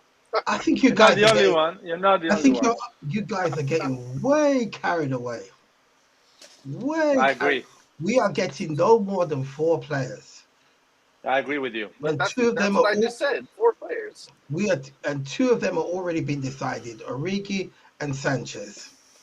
The next 2 targets is a centre back and a player that can either play cam or right wing. We're getting no other. If we get another striker, it's because it's a loan deal. No, I agree this is still the Elliott project. Do not be fooled by this Cardinale. He's a used card salesman. This guy is a joke. Do not trust him. This is the Elliott project. We got here. We got to where we were faster than we expected. If we'd have finished 2nd or 3rd last year, everyone would have been happy. And the progress. Now that we won, we want big money. This guy's not going to be spending anything. I don't agree with that. I really don't. Do not. If he does not make a splash, I told you this before. If he does not make a splash, one time in this transfer window, he will never make a splash. Do not trust this guy. I don't agree. I really don't agree with that. I like this topic. I want everyone to give an opinion on this. Nice one, pick sides. I want to give my opinion. I agree with you. Wait, guys, our first super chat. Yeah, Kangoo. The money of the Premier League, guys. The EPL money, guys. Funding is RossonARI TV. Thank you, Kangoo. Really appreciate it. See, guys, where the money is in England, guys. No, but seriously, thank you. I feel like closing this channel right now, Kango. You're humiliating us. Oh, no, I'm kidding. I'm kidding. Thank you, man. Thank you for the 1.79. That's amazing. I'm gonna remember this for the rest of my life. Yeah, I was saying something, by the way. Is that a question? Okay, it's not a question. No, go ahead. Deserves money. Thick sides. I agree with your point. I don't think we're gonna get more than 4 key players. Of course, we're gonna add maybe some left back, like some bench position for sure. But key players, I agree with you. Sanchez and Origi is a done deal. I think we're gonna get Botman or another defender. I believe Botman, so 3. And the 4th player, in my opinion, is gonna be a striker, Scamacca or Raspadori. That's my opinion. I don't think it's crazy if we get a right wing. I think it's something possible. I don't think we're going to get a cam. We have a lot of midfielders and players that can do that position. But a right wing or a striker, yeah, that is possible. I believe it's going to be a striker. Scamacca. Who wants to say something? No, I don't believe we're getting any more strikers. We have Origi, we have the French guy, and then we will wait for in the second part of the season for Ibra. No, you're crazy. No, honestly, I honestly believe that's where we are. Don't forget we have Rebic as well. Well, I almost forgot because he never plays. Yeah, I don't believe he's leaving the club. Thank you for reminding me, because I don't think there's going to be the revolution that people think that we're going to get. I don't see it happening at all. I think we're getting a striker instead of no progression on last year. We're getting a striker. His name is Origi. Now we're getting another one. We have 3 strikers. We start the season with 3 strikers. Giroud is going to be our 3rd choice next season. No, he won't be 3rd choice. 2nd. No chance. Oh, let's see. It's just my opinion. Yeah, Roy, I disagree with that, and because I think they are going to splash. I think because this is the time to do it, and you don't need to next time, and you won't need to in the future if you do it right this time. And also, it's the smartest way to do it because you put all your investment right there instead of spreading it out, but you put it right there, and you have a team that you can build for the next 10 years. So I think they're going to try and do that. I think they're going to try and do that because that's the best business move you can do, is to give this team value, right? And I think, but maybe no, maybe I'm wrong, guys. No, it's a honest. At the end, it's an honest opinion. It's not like you're saying something crazy. Do the splash, yeah. I'm not like saying it's 100% sure they're not going to do it, but I feel like what Thick Sides was saying, because the change of ownership happened at the end of the season, really late. I think the plan are made with the Elliott type of management. So the 80% of the plans for the transfer market are already done and decided, or at least the targets there is at least already decided. I really believe they're going to do a splash next summer when we're going to be even more money, more revenues, and they're going to forget about this new ownership, and it's going to be unexpected. That's. But John, do you want to say? Let me just say one more thing about that. But if they do it this summer, for like 3 other players that are in the range of the 30 million. Like Scamacca and Raspadori, 30 million, blah. You can get 30 million for both, right? And maybe De Cutler, 30 million, something like that. Then next summer, you can get Nkunku for 80 million because that's all you need. You can get the guy that costs 80 million because that's all you will need. So I think this is how I think they're going to do it. But again, I'm just thinking out loud. Anyway, we have different opinions of splash, by the way. I think getting Botman, Sanchez, Origi, and a striker or a right wing is not a splash. It's normal market. It's 100 million, 4 positions that we need because Romagnoli is leaving, Botman is coming in, Kessie is leaving, Renato Sanchez is coming in, Origi is coming in, and another position is good. So I think it's a normal market. It's not a splash. Yeah, I agree somehow with what you said in the sense that 100 million this time around is not splash, but it's just you replacing and trying to to better the team, right? But spending 100 million a season is splashing the cash, in my opinion. No team has done that. Not even Man City has 100 consistently million spent every season. 100 million every season. Yeah, 100 no. million every season. I think Yeah, but they don't. It's because they don't it's need just to going to be commit. this season. Yeah. So I think it's just going to be this time. the way I see it is that this season you need to spend 100 billion so you can make up for Kessie leaving, for Romagnoli leaving for free as well, because it's two players that are going out of the team for free, and you have to replace them, and a good amount of money is going to go just to replace these two players. Then you have to better the team for in the right wing and maybe striker or the cam position.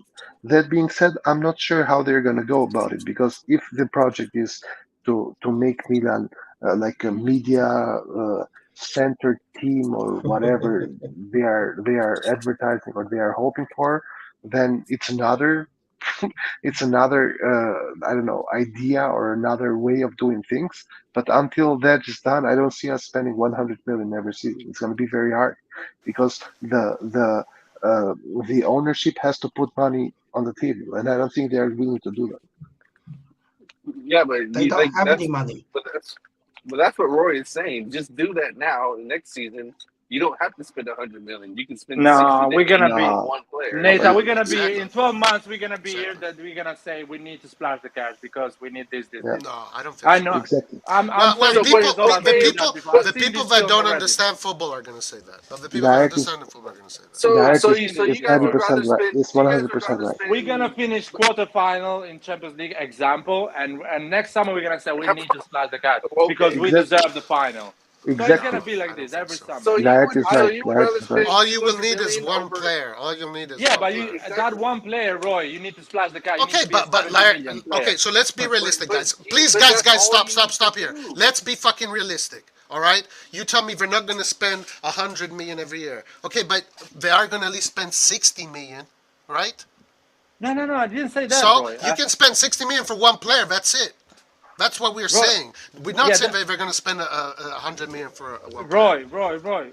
First of all, I've been saying that Milan is gonna spend around 100 million every summer. The moment we're gonna seal Champions League every year, like we are doing it now. We are a club, top 4 club in Serie A. Every summer we're gonna spend 100 million or have a 100 million budget. But we don't need to there. Having said that, splash means going and buying a player that was targeted by Manchester City, Liverpool, Bayern Munich, Real Madrid. You go and you pay 80 million that players. You convince the team that is selling that you have to accept my offer, and you give the salary that he wants, competing with Real Madrid, Man City. That is splashing the cash. But not buying the Kettler from Bruges. That's not splashing the cash, dude. Okay. Well, to Let's me, be honest. for this that's Milan, not. it is kind of. But We spent 80 million the year before. We splashed the cash the year before. No, 80 million.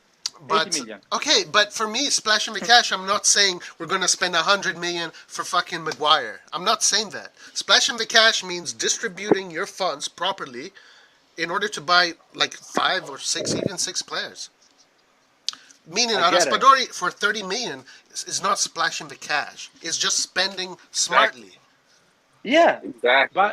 But let's say if you prepare your team this year, then next year you can splash the cash for one player. That's all you'll need. But they're gonna do it. You can do that even if you buy just 4 players without splashing it, because you said if you buy 4 players, if you buy Botman, Sanchez, Origi, and another one, you're sorted. You have a team that is can compete to win Serie A, and you can buy the top player next summer. Right. For example, instead of getting, let's say, Raspadori and Scamacca, right? Both of them, 30 million each, which I think is doable. You get Nkunku for 60 million, and that's it, right? I don't know. Nkunku is gonna be gone by that time, but as an example. Right now, we need to get the numbers. We need to get the numbers right now. Numbers are more important. I get it. We have a different opinion of splashing the cash. For me, Botman and Sanchez is not splashing the cash. It's covering 2 players that are leaving. I don't think that's so basically, Kessie and Romagnoli are leaving for free. We are covering that issue with Botman and Sanchez. And we're going to add another 50 million. Basically, it's a good amount. Yeah. It's not a statement. I'm the new owner. I'm going to spend more than anyone else. No, you're spending the same amount of money the previous owner is doing. So there is no statement here. There is no splashing cash. There is no I'm bigger than you, I'm stronger than you, I'm buying the player. I don't think anybody's saying that. I don't know who's saying that. That's my opinion of splashing the cash. Well, yeah, I agree. Splashing the cash is exactly that. That is my opinion. Maybe I have a wrong opinion. Who implied that we were going to spend 100 million on a marquee player and on this stuff? No. I agree. I agree. No one implied that. I'm just saying that is for me splashing the cash.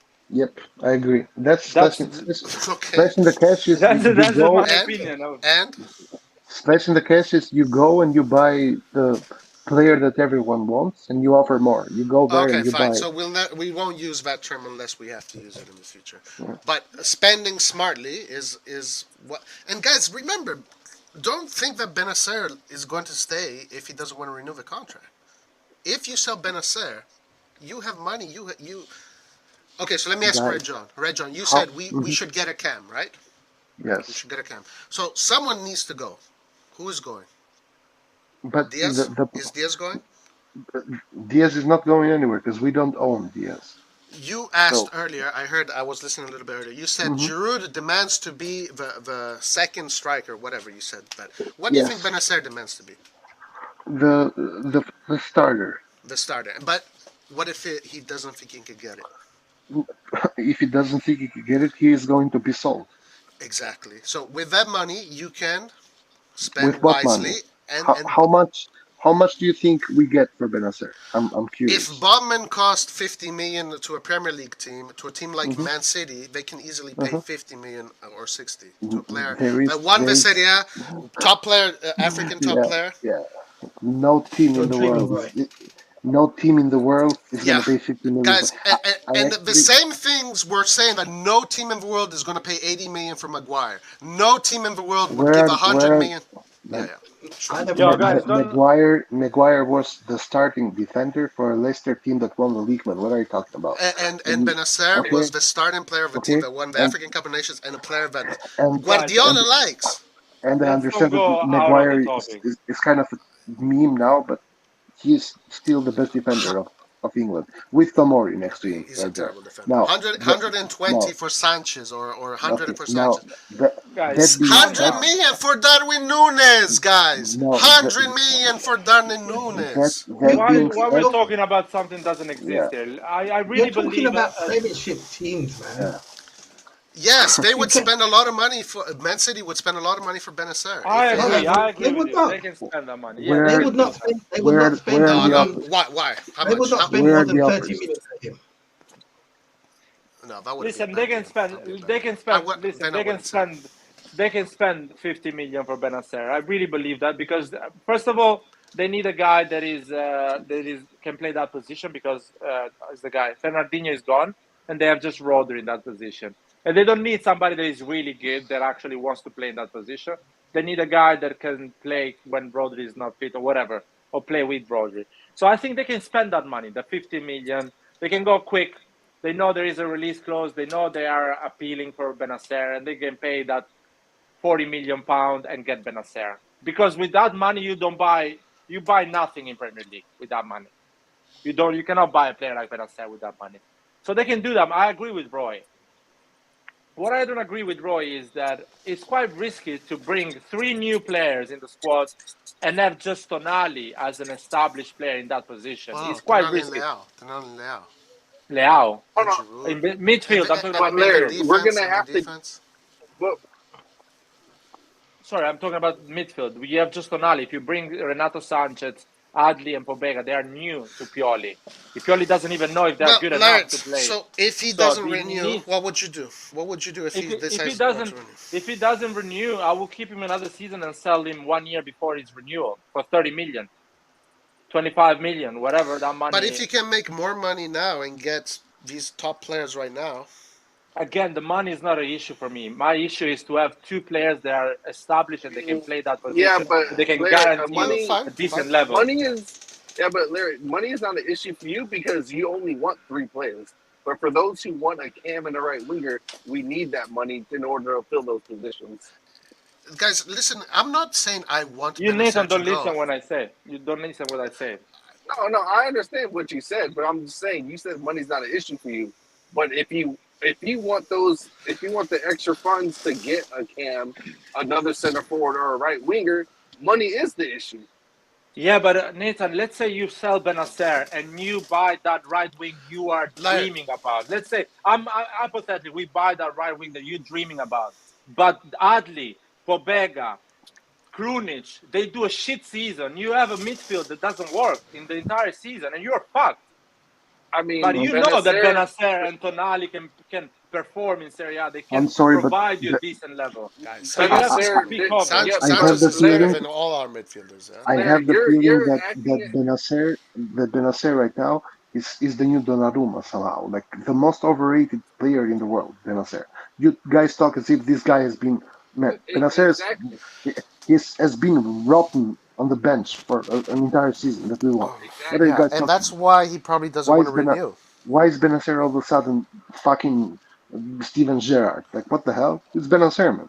Well, no one is saying it's Bennacer, but he can play. Blair, but you understand the Serie A level.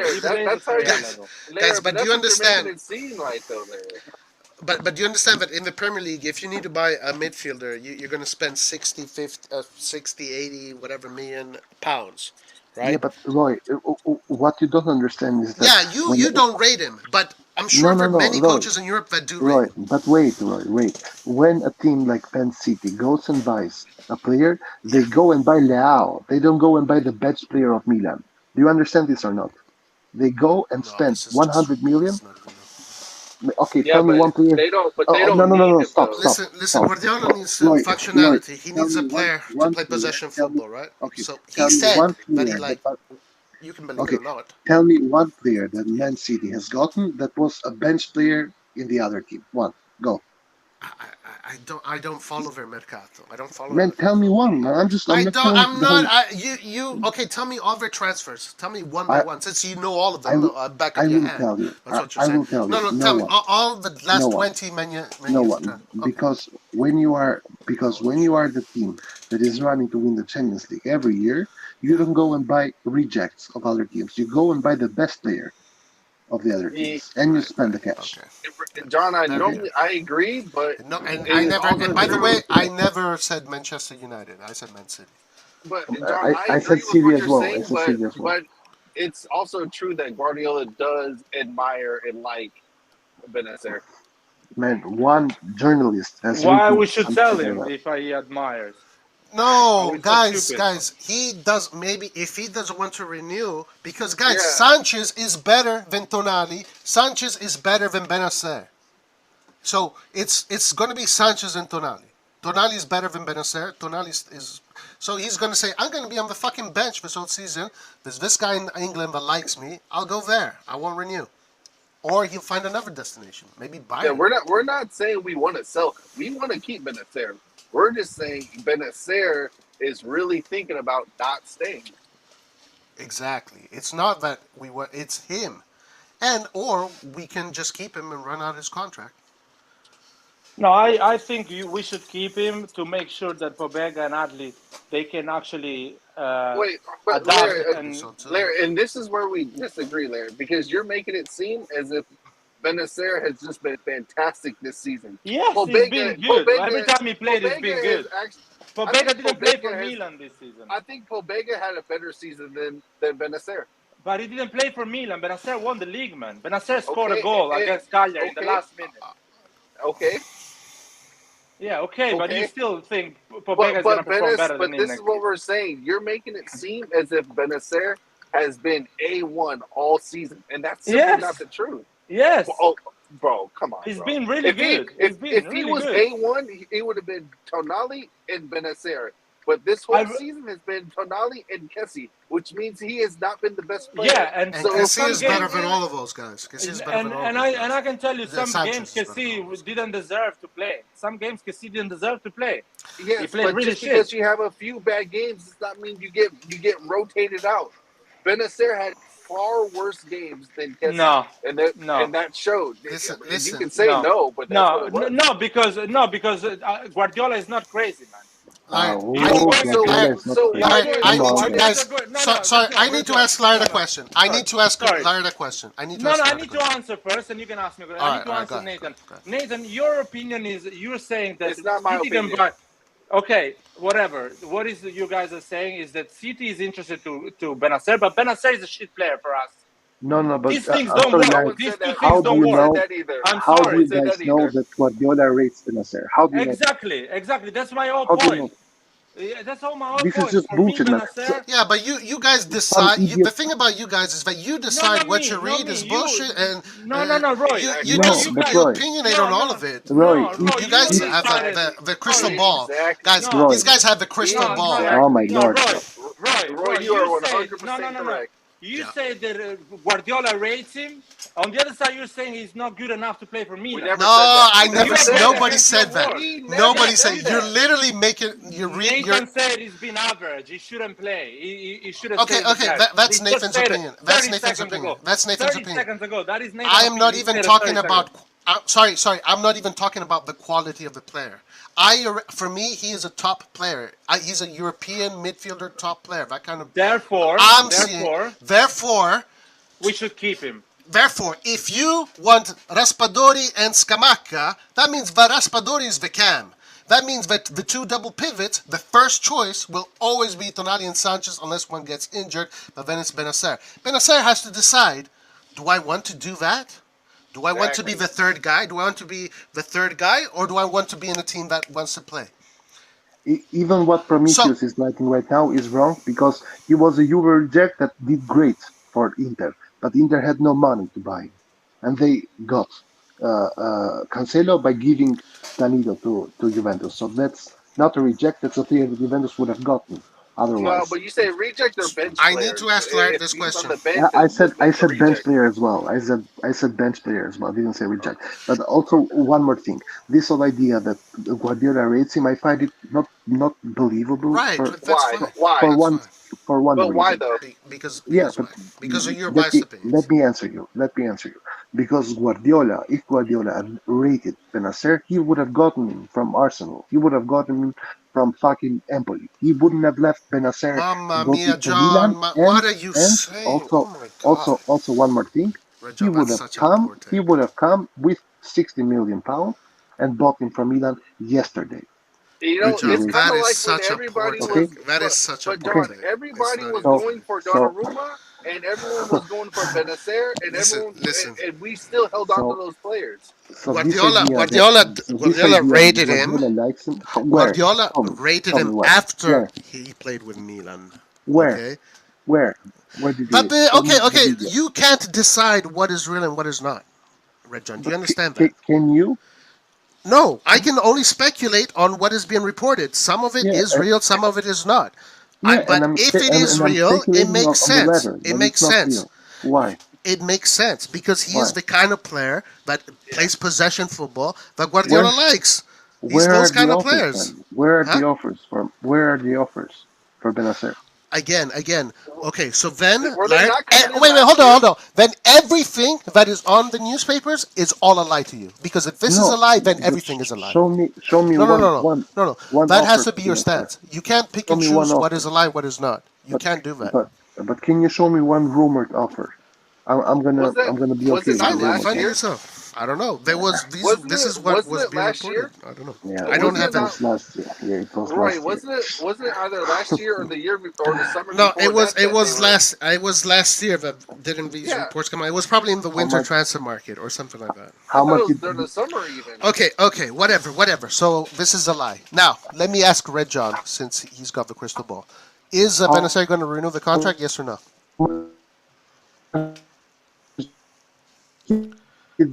I think he's gonna renew. He's gonna renew. All right. So Laird, do you want Scamacca and Raspadori? I want Scamacca or Raspadori or both. But now, if you get, this is the question. Happen. This is the question. Yeah. Is Bennacer does not want to be a bench player? Unless. Come on, guys. No, Red John, you're going in. Bennacer does not get to decide, man. Here's why Bennacer does not get to decide. He can decide if he wants to stay as a bench. You're right. You're right. Bennacer doesn't decide if he gets to play or not, but he does decide if he wants to be a bench player at Milan Guys, or not. who's better, me, Tonali or Bennacer? Who's better, Tonali or Bennacer? They're different players. Players. Who would you put in the team first, Bennacer or Tonali? Rejon, your connection is in and out. No, you say it doesn't matter, but who would you pick, though, bro? Yeah, if you're the coach, you have to pick one. We play with two double. Mamma mia. Oh my lord, Larry, bro, you were literally like dancing around the subject as if there's fucking glass crazy, on the ground, bro. You were gonna fucking pick Tonali and you're gonna fucking pick Renato Sanchez because you come on, Larry. His ass all fucking year about it's Renato obvious. Why do you think Bennacer would already renew the contract? Just put one and one together. If they put one and one together, that means they concede, so they're not going to. Guys, can you hear me? Simple. Can you hear me? Sorry, yes, can you hear me? Yeah. But why Leao is not renewing? Oh my god! Because Leao has offered. Because Pep rates him. Okay, listen, wow, great answer, bravo. You deserve an applause for that. No, Leao is a different situation. Leao is like you have to pay a lot for him. You have to make a lot of. It's a different situation. Leao, yeah. What? What? If Giroud can demand to be the second string, Bennacer cannot demand anything, man, because he did not contribute. No, but that's what you think. But what he thinks, he says, no, I'm not going to renew. So Milan is going to think, well, then I'm going to sell you. Then Milan is going to get the 20 million for him and sell him. Okay, that's 20 million. 20. Not bad. Okay. I don't know. That's how much is worth, man. Yeah, well, sure. That's how much is worth. Let's see, actually. I think it's going to be more than 20 million. I mean, now you're just talking about it's 25. He's going to go to Sassuolo for 15 million, guys. He's going to go to Sassuolo for 15 million. He got African Player of the Year, and he's a Serie A champion. And you think he's only going to go? Why you want to sell him? Laird, ma ascolta! Ma vuoi ascoltare? Vuoi ascoltare? Yeah, you can hear me. You can hear me. You have to hear me now. He doesn't want to do it. He doesn't want to do that. Again. Like, I don't know how many times they're going to say that, bro. I don't want to sell him, bro. Listen, do I need to spell it to you? Yeah, and I'm explaining to you simple. Nathan, I get it, and I'm explaining to you. Nathan, but when I told you, listen. Exclamation mark. Nathan, when I told you, by the way, listen to me. When I told you, I should not. I'm not selling Bennacer because I don't know the output Adli and Pobega is gonna give me. You are telling me that Pobega is better than Bennacer. When I'm telling you Bennacer cannot go for Man City, you are telling me he's African winner. Is this? Is that? Just make your mind, man. Is he good or not? Can I respond? Because I think he's better than Pobega, and you should keep him.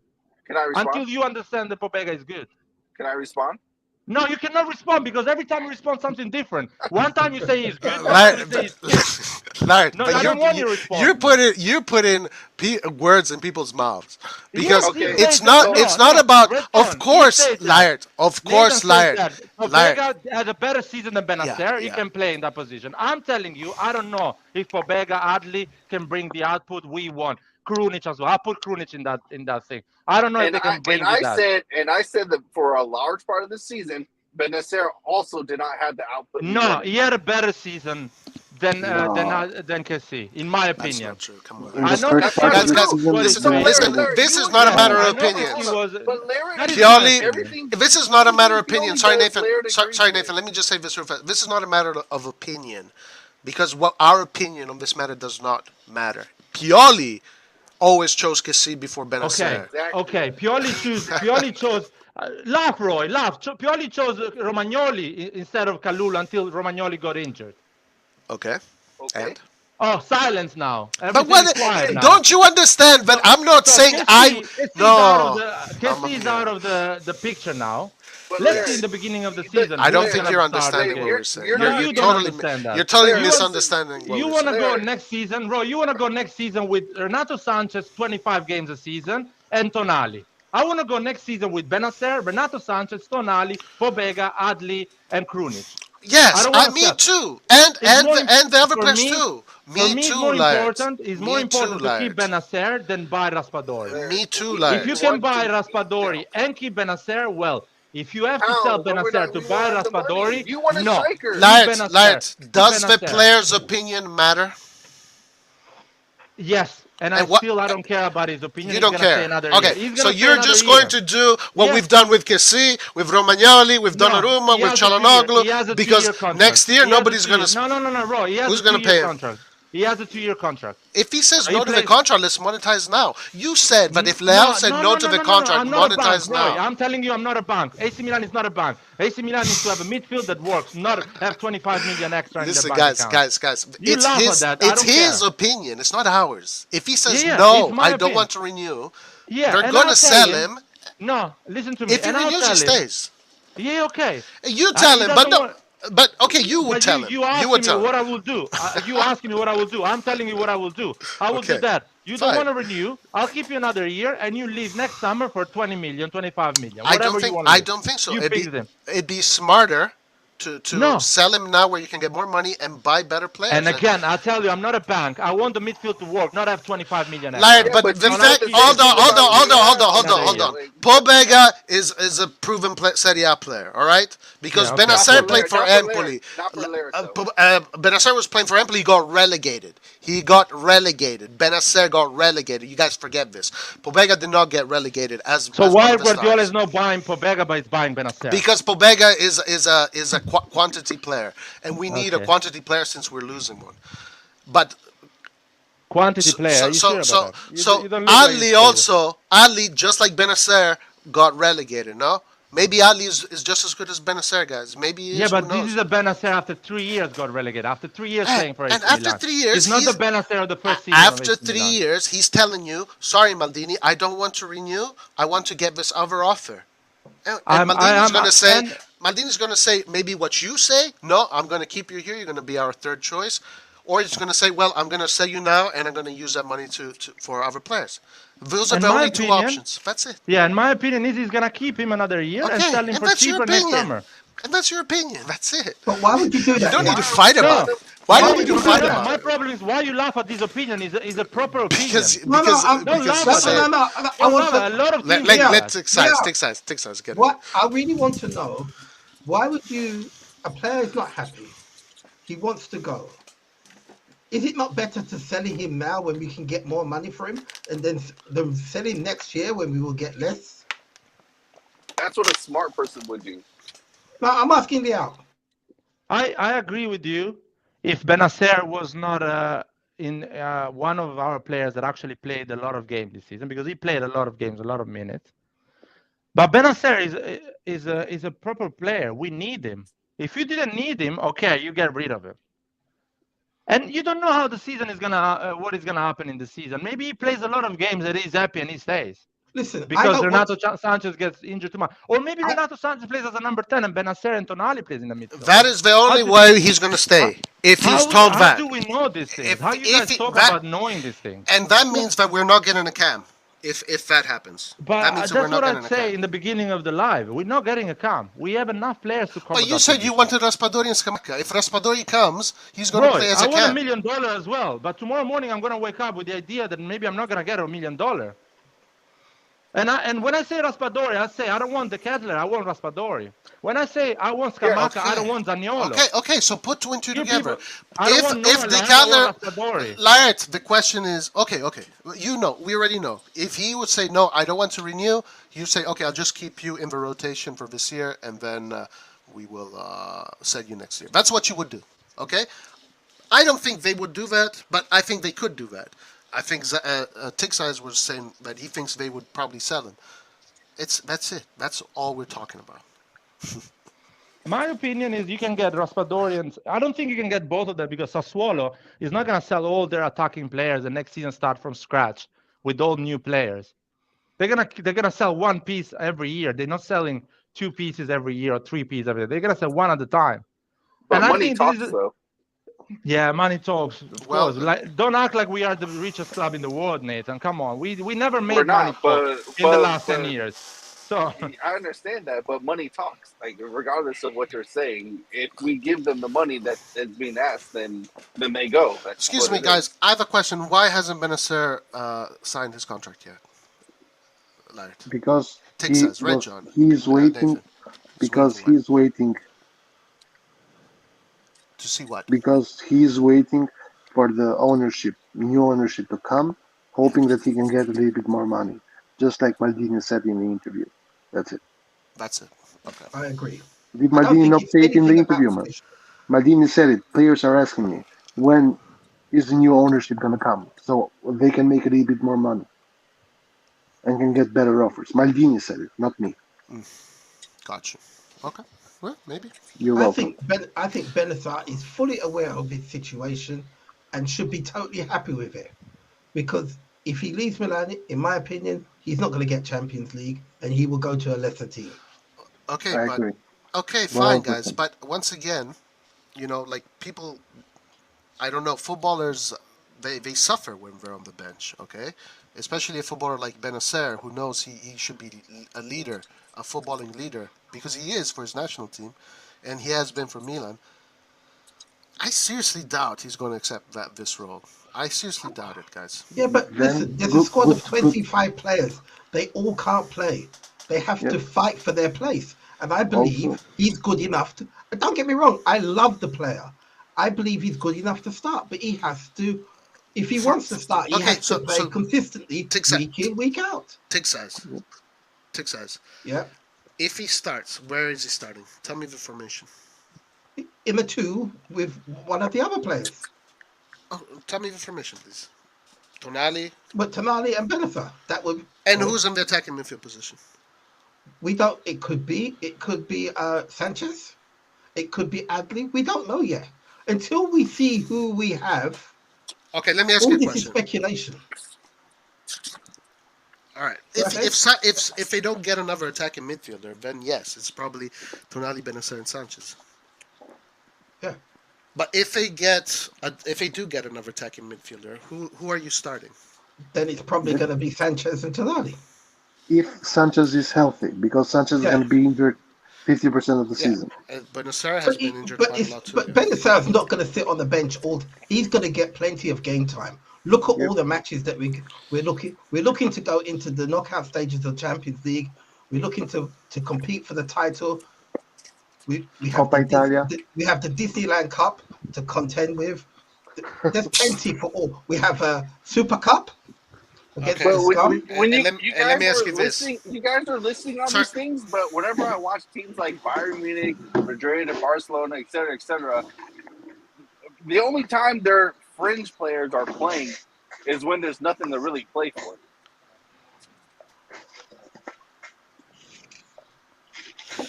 If they're all fit and it's the last 2 months of the Scudetto, well, I guess let's say last month of the Scudetto, they're all fit. Who's starting over those guys? Roy, you can go you can go further than that. Once you get past the group stage of the Champions League, who's going to be playing? Right. You never know, man, because Bennacer could have done an incredible season. No. When the teams are completely fully healed, when the teams are completely healthy, exactly, the absolute best players will play every single time. Exactly. And one of them can be Bennacer. One of them can be Bennacer. Yes. No, it's the players that are in form will play. Exactly. We're saying a healthy, and it's the players, and that's what we're saying. And it's the players that Pioli will call upon. If they're all in form, who's playing? If they're all in form. But listen, they're never all in form at the same time. That is the issue I want to have, bro. That is a lovely issue I want to have. I don't want to have 25 million extra. I want to have that issue.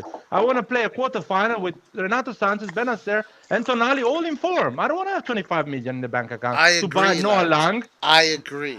So I'll tell Bennacer, you staying. But let's see. Renato Sanchez gets injured every five games. Bennacer get injured every 5 games as well. Tonali cannot play more than 70 minutes because he has an issue at his knee, and he always gets sub. When you get a yellow card in the midfield, you need to get sub. And guys, because you need and I'm not gonna rely always on Krunic. Who knows for Begadli how they're gonna show up in the preseason? Maybe they're not even at the level of Bennacer, and they need to get sent up on loan again. I mean, maybe who knows this thing? Maybe all of this is right, but again, it's up to him. Again, guys. you say you don't know. You don't know the For level, me- but 2 years out of 2 years from his contract expiring is up to us, not to him. Yep, and also for no, me, it's not. That's not true. Yes, For whatever me- we want, that's gonna happen. for me, We it's can also decide to keep him for 2 years. So and then you just, would risk destabilizing the locker room with an unhappy player? No, Well, he's not I gonna don't be think unhappy. I'm gonna explain him the situation. I'm gonna tell him I need you. You're gonna play a lot of games. And that that's would the be story. Benacer deserves to play, man. He doesn't deserve to sit on the bench. So he's gonna sit in the Man City bench. I don't know. I It Again, depends if it'll be up to Firmino him, guys. is It'll be up to gone. him. It'll be up to him. Yeah. Yeah, it's be up to him. But if we don't want to sell, he's staying, man. Yep. I'm pretty sure Zaniolo wants to come to AC Milan, but Roma is like, I need you. I need a right wing for next season. I want to finish top 4. Yeah. So you going in 12 months? You're not going now.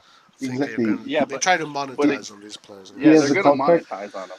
One thing if it's the last week of the mercato, and then okay. But now, guys, we still have what, 2 months and a half of this? I'm gonna buy a mic, put it on super mega fucking high volume, and scream at Roy all streaming long. Roy, John, I send you the link of where to buy a fucking headphone. No, I'm gonna buy a bigger one, man. Talk a louder. huge, Talk louder. a huge fucking, guys. A huge fucking mic. A megaphone. A mega pint. Yeah, a mega pint of mics. Anyway, are we gonna talk about something else, or are we gonna talk about this Bennacer situation that I didn't even know there was an issue with Bennacer? No, but Roy is from LA, man. He wants drama. No, Roy he wants Hollywood. He wants the third act. He wants the first, the second, and the third act. Anyway.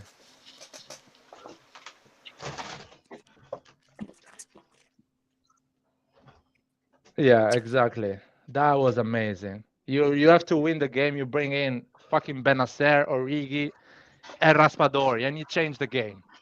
No fucking Krunic, Messias, and Rebic.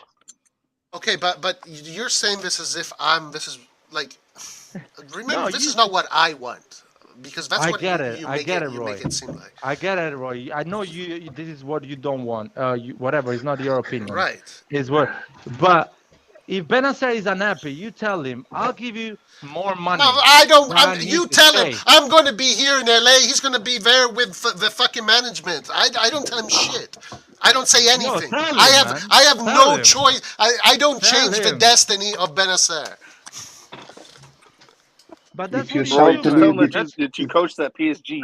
That should change his mind. If you shout a little bit louder, he might stay. Yeah, he might stay, right. Roy, that's why. But Maldini when you say needs tell him, I don't he's know a what good Maldini sport wants. direct. No, maybe he agrees with you. Maybe he says no. I don't know, Laird. That's my opinion. I'm saying this is my opinion. Okay, fine, I want Maldini to show us that he's a great sport director, and I want him to convince Bennacer to renew that fucking contract because we need him. Wait a minute. That's what I want. We were all saying here last year how it was such a mistake of holding players on when they're not renewing and they're not getting any money. But this is 2 years. Now we changed our mind. This is not a 12 months before this contract renew. This is 2 years. You still have time to change his mind. You still have a season to show him that he can play a lot of games, that we are aiming for big titles. So there is 2 years, Nathan. It's not 12 months. If it's 12 months, Maldini has no chance. Zero power. 12 months before his contract expires. Now it's 2 years. So, exactly. So that's why I want Maldini to try everything to renew him, because he's an important player for us. Even coming from the bench or playing when the other are injured or when you need different options. If he doesn't manage to do that, just fucking sell him in next summer. Somebody's going to buy him. And end of the story. That's my opinion. And it needs to be like this, in my opinion.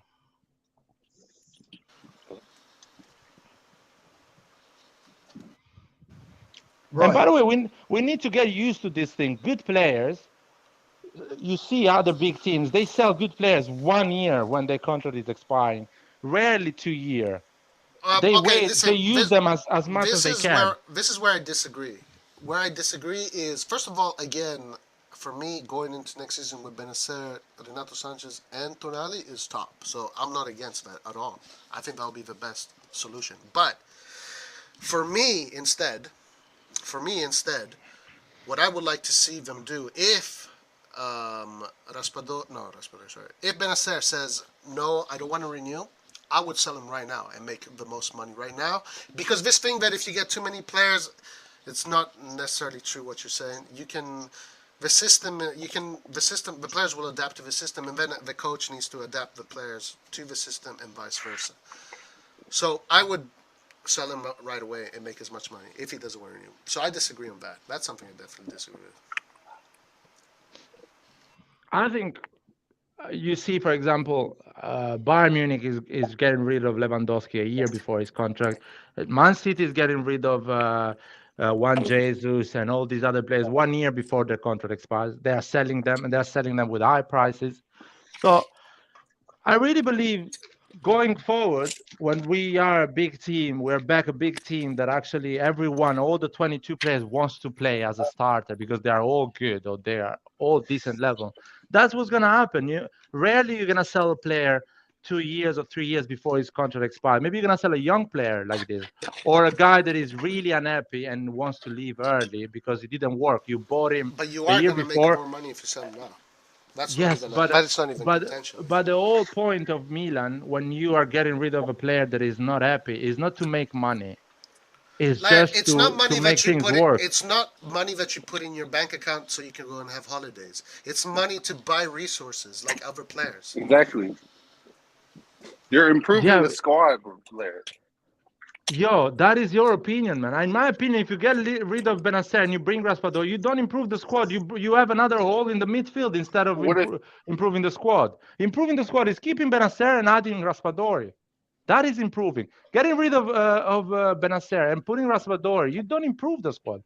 Or at least it's not proved. It's not 100% sure. I 100% agree with that. So, but again, if he doesn't want to renew, it seems like you keep on forgetting that. Yeah, I get it. If he doesn't want to renew... Larry, these are human beings, Larry. If they don't want to be somewhere, then they don't have to be somewhere.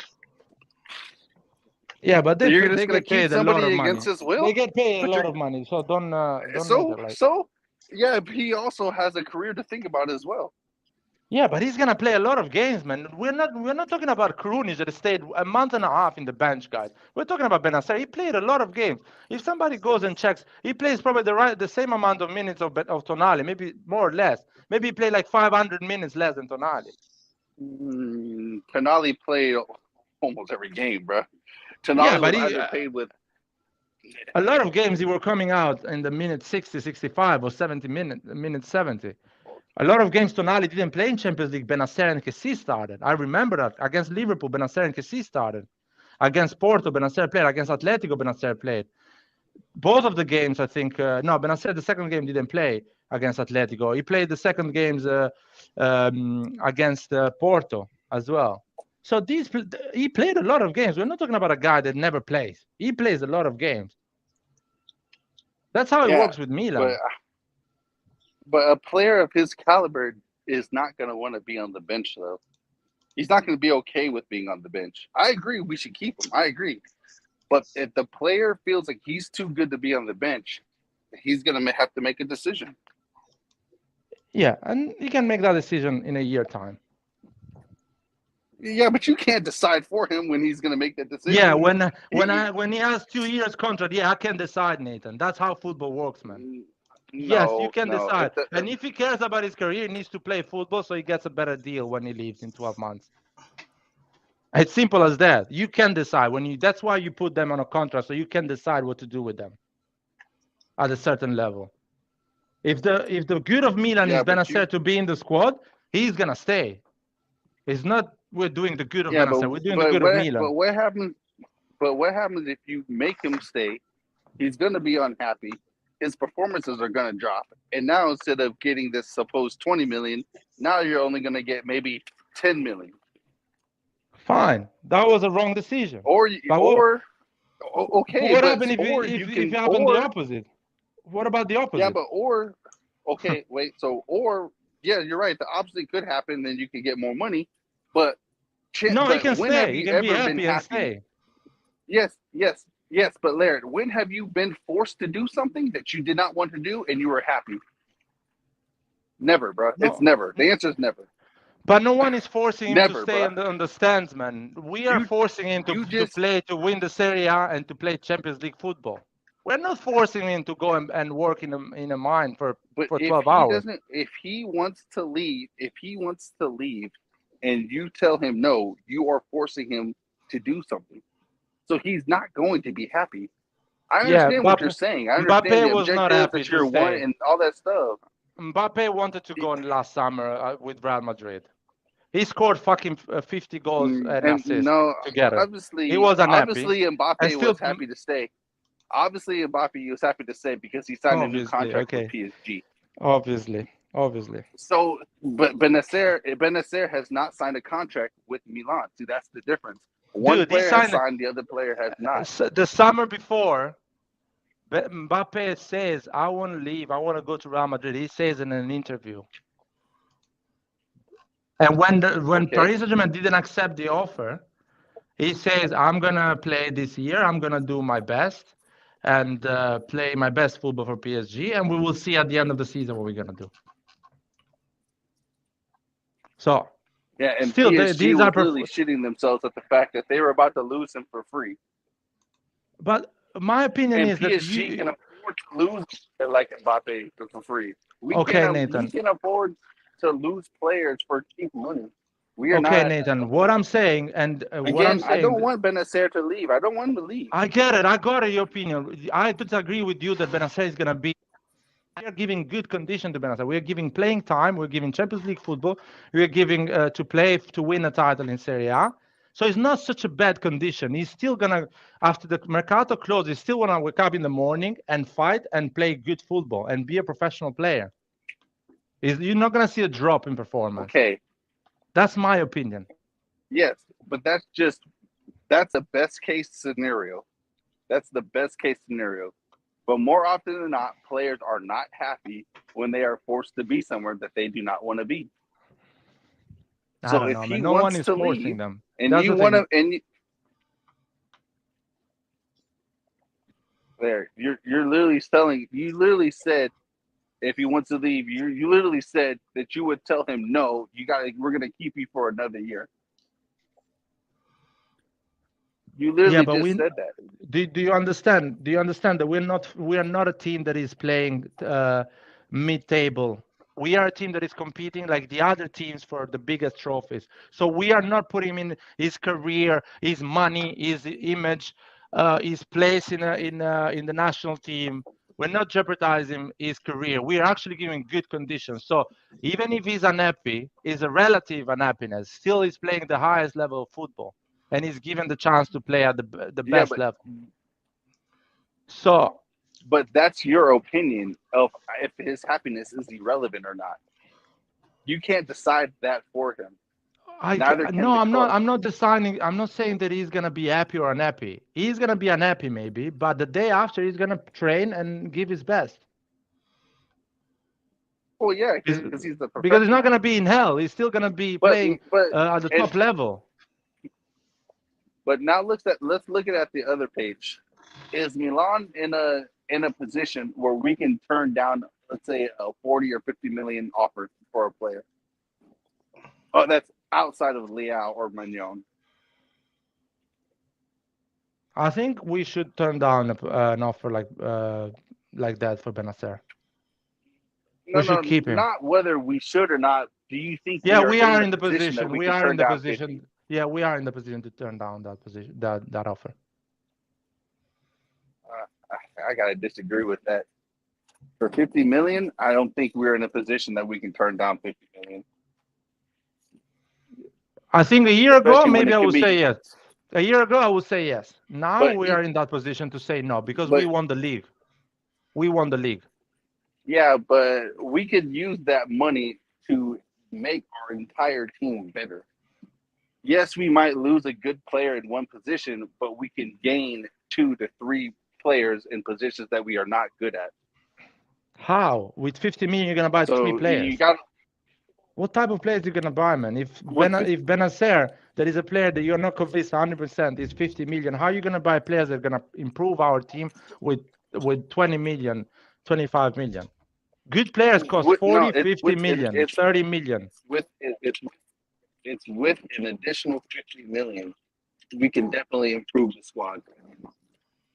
That is from 100 million to 150 million. That's a big difference. That's a big difference. I think that is your opinion is a wrong opinion, in my opinion. It's completely wrong. You have another hole to fix. If you leave Bennacer, you gain maybe on the right wing, but you have an issue in the midfield. That is my opinion.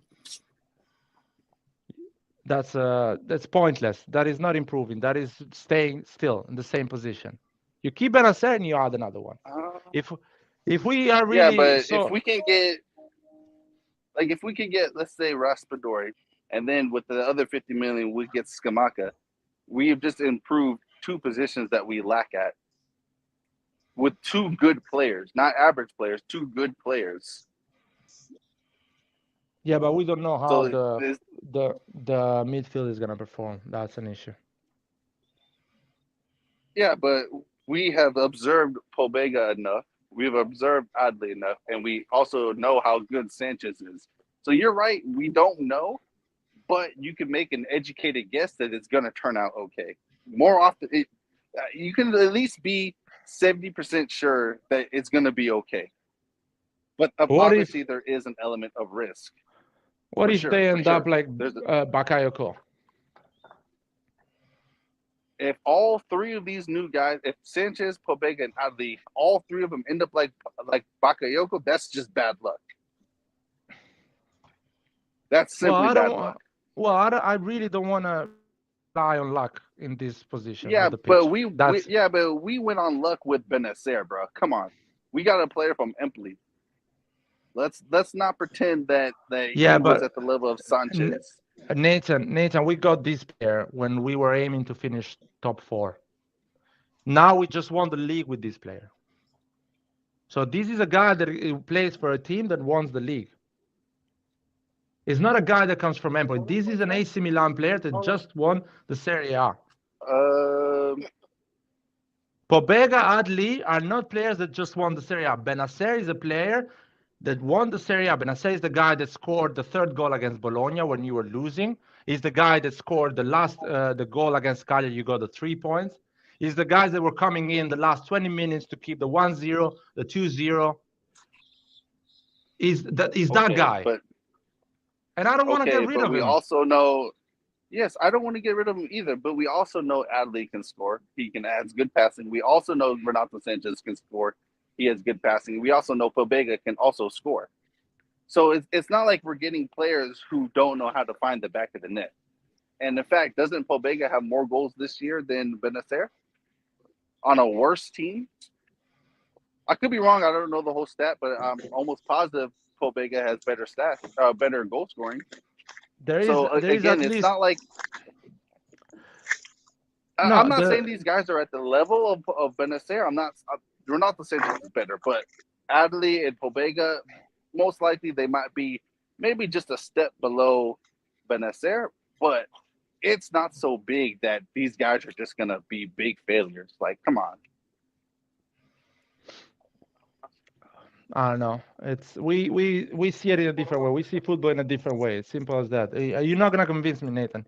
The moment I see Adli and Pobega perform the way you are saying, I'll tell you, let's sell Bennacer next summer. 20 million, 30 million, whatever. He doesn't want to stay for us. You didn't watch Pobega this year? I watch Pobega, man. Don't worry. I watched Gilardino with Parma score 30 goals, come to AC Milan, don't even see the net. I've been watching all the time. So don't worry about that. I've been watching people. I watched Raspadori play great football for Sassuolo. Coming at AC Milan, you never know what he's going to do. I watched. Sorry. Question. What do you think of Pobega's season? was a great season, but I don't want him to come at AC Milan and feel the pressure. He's going to be the main guy to solve our issue. He's Bennacer, our main guy. He can help. And if he's even better than that, and he has a Kalulu season, you sell Bennacer and you tell him, you're promoted. Next season, you and Tonali playing together because you're really good. You showed me that you have the personality and the skills to play for AC Milan. You need that year transition. No, straight away, come and play. Come and be the main man. Come and get all the discontent of San Siro if you miss a pass. Come and get all the blames of the streamers when we lose the game. Yeah, let's get all that pressure the first season.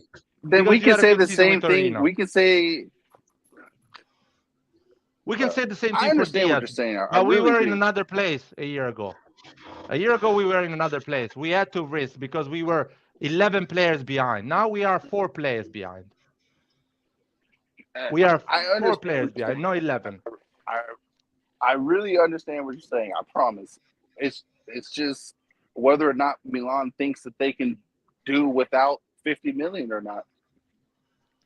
If Milan thinks that 50 million is important and Bennacer feels like he wants to leave, then both parties are going to come to the same agreement. Dude, but of course, man, if we sell, I don't work for Milan, man. I don't make decisions for Milan. This is just my way of seeing the situation. Of course, if Milan sells tomorrow, I'm not going to cry. I'm going to sleep the night and deal with it. I just think it's a crazy thing to do. I agree, Larry. I completely agree. I really do. I'm just saying you got to look at it without any emotion and look at it logically. What logically makes the most sense? That's all. Anyway, Red John, that is out of the conversation, was a bit right. These 50 million are not coming yet. We don't have that offer yet to actually deal with that issue. I'm always right. So on this side, you're right, because we didn't get even that offer. If you get that offer, we can actually deal and think about it and make some choices. But we didn't get that offer. We did it in speculation from a year ago. We're not saying that they're just coming in right now. We're not saying that. We're just saying if it does, and Bennacer, once he makes it known that he wants to go, I think offers will come. But let me compliment Larry back in the sense that I agree with what Larry said, in the sense that this Milan, it's a different Milan from the one of the year before. Right now, we need the backup players to be on the same level as the players that are starting. We need Bennacer to go and to fight with Sanchez and Tonali to prove himself. No one in this team has guarantees that he's going to be a starter. Not even Tonali, Tonali started the season, last season, with the guarantee of being a bench player. He won the starting position himself. Bennacer has to go ahead and do the same. If Bennacer is not mentally strong, to accept that he has to fight for his position. And that's my question for you, Red John. That's my question for you. If he does not want to, that's a sign that he's mentally weak. So do you want a mentally weak player on the team? Now it's not a matter of mentally weak or not. It's a matter of, can we get the money necessary from Bennacer now that it's 2 years before his contract expires? If we get 20 million offers from Bennacer, then I would rather not sell him. Sell him next year for 15. I don't care. Bennacer is more important to be on the bench next season than the 20 million.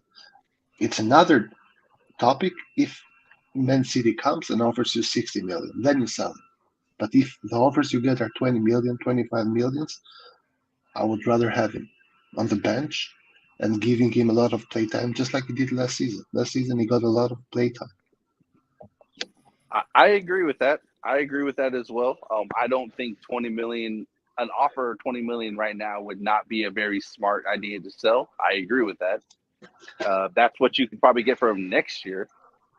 But if a 50 million offer comes in, then I think he has to go. I sincerely don't see teams putting 50 million offers or 60 million offers for Bennacer because he has not been consistent. And the problem here is this: Milan right now is in a transition period, in the sense that it's transitioning from a team that was mediocre to a team that is gaining some consistency. Milan is still not the best team or the top five in the top five best teams of the world. Therefore, the teams that can go and buy for a lot of money your bench players are cannot afford to put 50 million for him, because teams that could go right now after Benacer are teams like Villarreal, like Sevilla, etc. Teams that are more or less our level or a little bit below our level. The Man Cities, the Tottenhams, the whatever, they don't go for Benacer. They don't put 50 million for Benacer right now.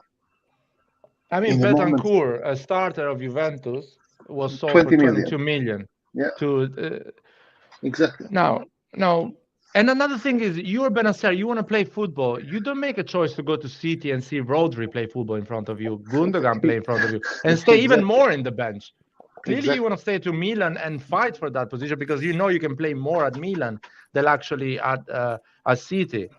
So I don't see you're the problem of all this conversation. There is the argument, the reason of the argument is not strong enough to bring the argument. Because Bennacer is playing for us a lot. Yeah, and the team that is looking for Bennacer are not going to play a lot. Yeah, I understand that, but that is actually not the argument. The argument is that he himself is not signing the new contract. So he himself does not feel like he should have to fight for that spot. It should just be given to him. He himself would rather try going to another team than stay and fight for his position. That's what he wants. I get it. He wants. Cool. If he renews, Nathan, you own me 1 hour of my life, man. You need to find it back and give it to me. Because fucking there is not even a rumor outside that he doesn't want to renew. He's not. We talked an hour about this. There is other rumors we can talk about. He doesn't even say it publicly. I'm leaving because I'm unhappy. No one's there. No one is. Is Leao gonna renew? Let's talk about this. Is Leao gonna renew? Let's be honest now. Look, I want an opinion from everyone. Do you guys think Leao is gonna renew? I really don't believe Leao is gonna renew. I believe Leao is gonna renew. I hope so. I really don't believe. I believe he's gonna renew, even because of that. If you saw, I think it was Jacobona, another aggregator out there, that like shared the tweet, super convinced that Leao is gonna try and and he laughed at that. And he laughed at that, right? Like a player that wants to leave does not do that. That's a player that reacts that kind of a way is a player that clearly wants to stay.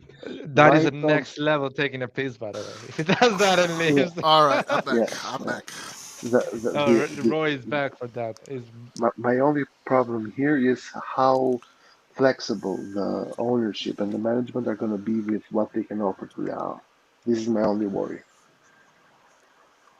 Would be 8 million a net for a year for Leao would be good. You guys, what do you think?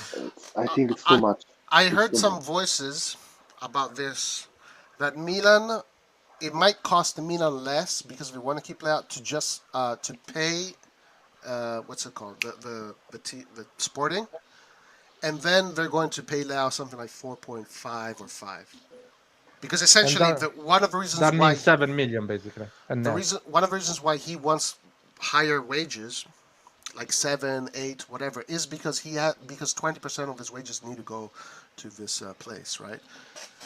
And Milan, I don't know. There was a voice that was going around a few weeks ago regarding that, and Milan is thinking maybe to pay for that so they can just keep Leao, and it's going to be easier that way in the long run, and put a huge clause on him, 250 million. That's how you pay Leao in this moment of his career. You give him 20 million up front, and you pay him 5 million a year. That means 8 million net in the 5 year, because 20 million divided 5 is around 4 million net, and 4 million and a half net in his contract is another 4 million. So he's getting 8 million net in total for the 5 year.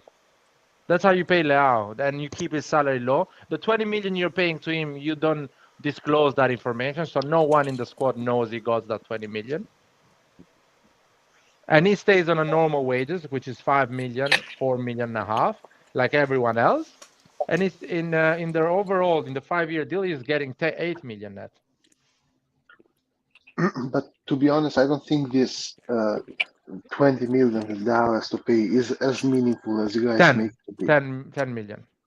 But it's 16 million what he owes to Sporting plus the interest rate because he hasn't paid so far.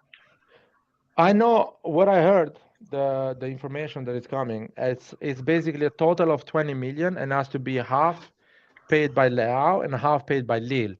Leao needs to pay half because he got an advantage from that move. He just left and moved for free. And Lille got an advantage as well from that move, getting a player for free. This is the European court, but then the court in Portugal, after that, said that Leao has to pay the total fee, which is 16 million plus 4 million of interest. Yeah, that amount has to be paid by Lille and Leao, not just Leao. But this is not what the court in Portugal decided. The court in Portugal blamed Leao for everything. The court in the CAS said that both Leao and Lille have to pay for the. Yeah, but who is the most important court, John? Who is the court at the end they're gonna follow? I don't know, because this is the problem. Because CAS is a sporting court. The court in Portugal is a legal court. Yeah, but listen to me. Listen, my logical. My thinking here that Milan is pushing this as well. Milan is saying, I paid 27 million for Leao to Lille, and Lille got an advantage because they got Leao for free. I agree. So clearly, Lille is one of the parties that got an advantage on this transaction. But I agree 100%. So that 20 million that the court is asking to Leao needs to be paid half from Lille and half from Leao. But logically, I agree with you. But Red John, remember that the court said that it has to be taken, or they made, I don't know, a clause or whatever, that it has to be taken out of his salary. No, so, but that can be fixed because the court, at the end of the day, best option. Exactly. The court decides how much you have to pay. Then also makes an agreement so that you can also survive based on the payment you get at the moment. Get it? So yeah. So it's not like if tomorrow Leao goes to Sporting with 20 million cash, he can pay everything cash. It doesn't have to be with percentage of his wage. Well, I think it's if he does that, there's no interest, right? I think there is interest on it. No, because Leao had to pay the money in the year that he left. So the 4 years ago, he had to pay it 4 years ago, that money. So the interest is the 4 years that have already gone. Okay, so you're saying that you think that this is not going to matter in his contract renewal situation? I think it's not going to matter because at the end of the day, the guarantee for now is going to be George Mendes, because it was George Mendes who told him go to Lille. So I think this whole fight or this thing that the media is making about, it's not about Leao at all. It's just I don't know, journalists making shit up because. Let's make it simple. Let's simplify this topic. Let's say, in my opinion, Leao or George Mendes or whoever is responsible of this is going to pay that amount of money. Now, if Milan helps them to pay part or a good part of that amount of money, they're going to be more happy to sign a 5 million deal, a 4.5 million deal, than actually a 7 or a 8 million, whatever they're asking for, be less willing to move to another club and feel like, to stay another 5 years to Milan, because Milan is doing that. And slap a 250 million clause on his contract. Yeah, of course, because at the end, or at least a 200 million, whatever they're gonna say at the end. In my opinion, it's a good way to pay Leao. You pay this 20 million to Leao, and Leao can do whatever he wants with that 20 million. Pay this court, go escape in Mexico, whatever. You pay that 20 million in a bank account that I'm sure George Mendes has in some fiscal places that he's not paying any tax. You make that on the agent fee, because you can see the balance of Milan. You see agent fees. There is like 60 million, 30 million a year agents fee that Milan pays. Usually when you pay an agent fee, you pay like around 20% tax rate or whatever, because it's one transaction, like you're buying something, you pay the VAT basically. And George Mendes needs to find a way to pay taxes on that in that country that's going to get the money. So George Mendes gets that 20 million, pays Leao's issues, and Leao gets a 4.5 million deal, 5 million deal. In that way, Leao is basically getting paid 7 million a year, something like that, because he's getting 20 million to solve his issues, to buy a new car, whatever he wants to do with that, plus 5 million deal, which is way better than what he's getting, which is, I think, is 2 million and something like that, 2.5, 2, if I'm not wrong. Yeah. So I think I hope they get that solution. I think that would be amazing. Right now, how much is he making? Is he making like 1.5? Yeah, around 2. I don't want to say something wrong. I can check for you, but around 2 million, I think, net, which is pretty good still. If he goes for 4.5, 5, he's gonna be 8 gross, 9 gross. So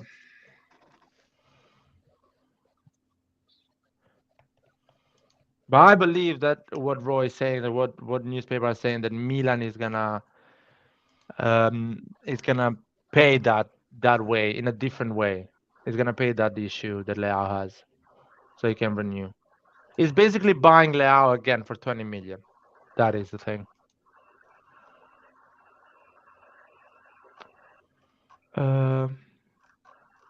Yeah, some reports are saying 4.5, basically. But I heard like that Lille is gonna pay half of that amount of money, that it was decided.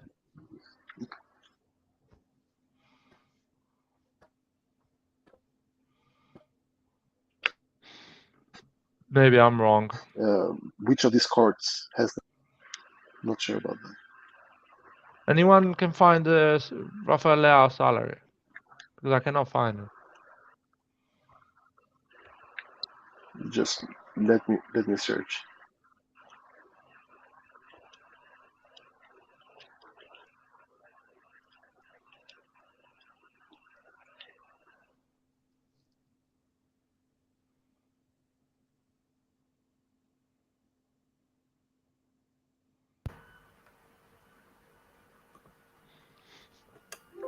If 1.7 million pound per year. So it's like 2 million something, 2.2.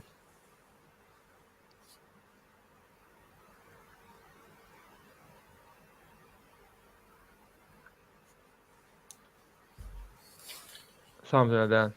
But I don't know if it's gross or net.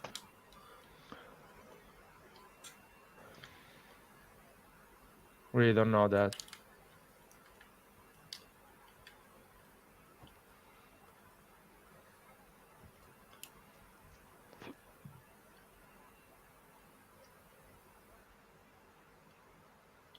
$1.5, you say, somewhat. It's getting.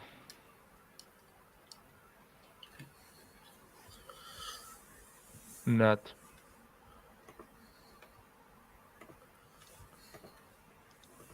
But still, I'm not sure. I'm scared about Leao, man. That is the biggest signing I want to see this summer. Leao's renewal.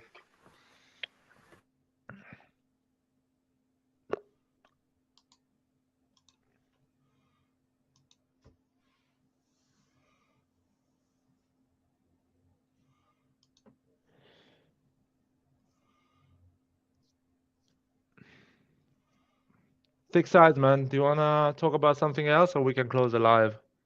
I'm happy to talk about something else, but I'm done with the Bennacer subject. Oh, we haven't talked about that for a long time now.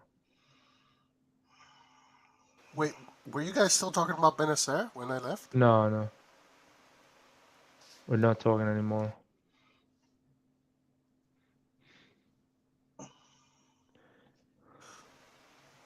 Do you guys think Milan will pay the 20 million? I wonder if that is a part of the transfer budget that they'll have to spend.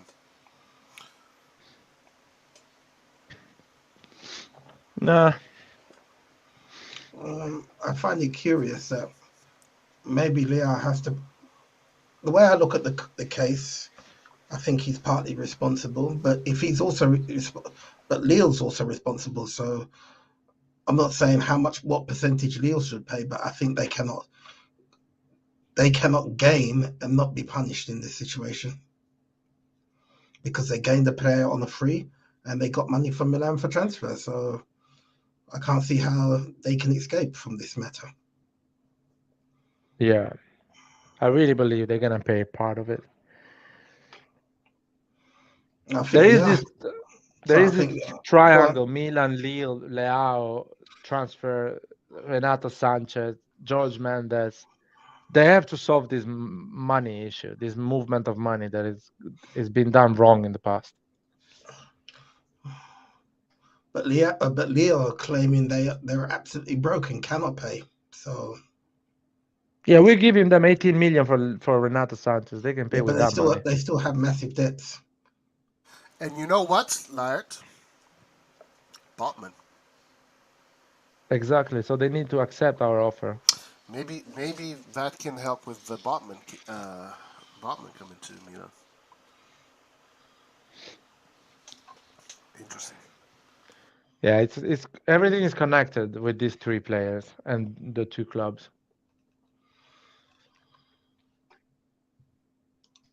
And they need to find a solution. What other rumors do you heard, Six Eyes, that you think like? Well, as I said, I don't think the transfer market is going to be as spectacular as some people. Some of the newspapers, some people on the internet are suggesting. I've stated that we're only going to get 4 players, and I don't think it's going to be anything exciting at all. And I think it's going to be a long transfer window for us because we're going to wait and see for a lot of people to do their business, and then after that, in the last 2 weeks, I think that's when we will strike. Maybe get a surprise signing, but we're not going in early. That's where you have to pay a lot of money, and we're going to wait and see what other people spend and see what's available.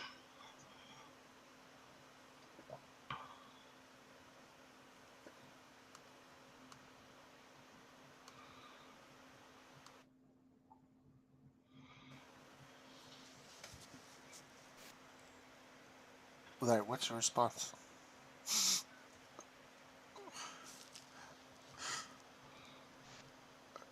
Can you guys? There? His sound went. No, hold on. Say something. Can you hear me now? Yes. Yes. Sorry, guys, I lost it for a second. Connection.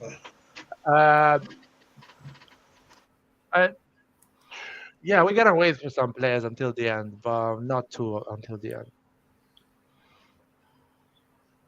I hope players like Botman, Sanchez, and Origi is done like the next 3 weeks. So before the month finish, basically. These 3 players are in the squad. I can see Origi and Sanchez being done early, like this month, but the rest, I think, will drag on for some time. And I really believe the Scamacca deal is gonna happen for us. The guy wants to leave Sassuolo, and Milan is gonna get. He's not gonna lose this opportunity for Scamacca. That's Carlo Moretti. I don't think in Italy you can give 6-year contract to a player. I think by law the maximum you can do is 5-year. I know in Spain you can give a 6-year contract, but I'm not sure because I know Real Madrid does that with young players, with teenagers, people that are less than 20 years old. They manage to give a 6-year deal. So I don't know if it's something that you can give to a really young player, like a 19, 18 years old player. But after that, you cannot give more than 6-year contract. So I'm not sure. Somebody needs to correct. But in Italy, I'm pretty sure that you cannot give more than 6-year contract to a player. 5 years is the limit. But Yeah, Sassuolo, Roy, do you heard the news that Sassuolo just bought a striker from South America? Yeah, it was on Milan News on Friday, the stream. Yeah, they bought a striker from South America, and they're looking at Orsolini. So there's players leaving Sassuolo, no doubt. There's no doubt. I am 100% convinced about this. If it's all the other stuff, I'm speculating. But I'm 100% convinced of this. This summer mercato, we're going to get either one of these four players: Scamacca, Raspadori, Berardi, or Zaniolo. One of these four players is coming to Milan. I think it's going to be two. Players. Well, I don't know if it's going to be two. I'm convinced. I think it'll be two. You think it'll be two? Maybe even three. Maybe even three if we can do an installment with Zaniolo. Because then you have a little bit more money for maybe Raspadori. If they I don't can know. do installment. Let's see. If not, then only two. It all depends on how everything goes, but those players all want to leave. There's Roma involved in here, also with Berardi. If Zaniolo leaves, they're going to go in for Berardi. But actually, I found it really hard, Sassuolo getting rid of all of them in one transfer market. I think Raspadori is gonna be the one that is gonna stay, and he's gonna move the next summer. I'm not pretty sure, but I feel like, you know what I mean? Other question: out of all these four, if you were to choose one, which one would you get?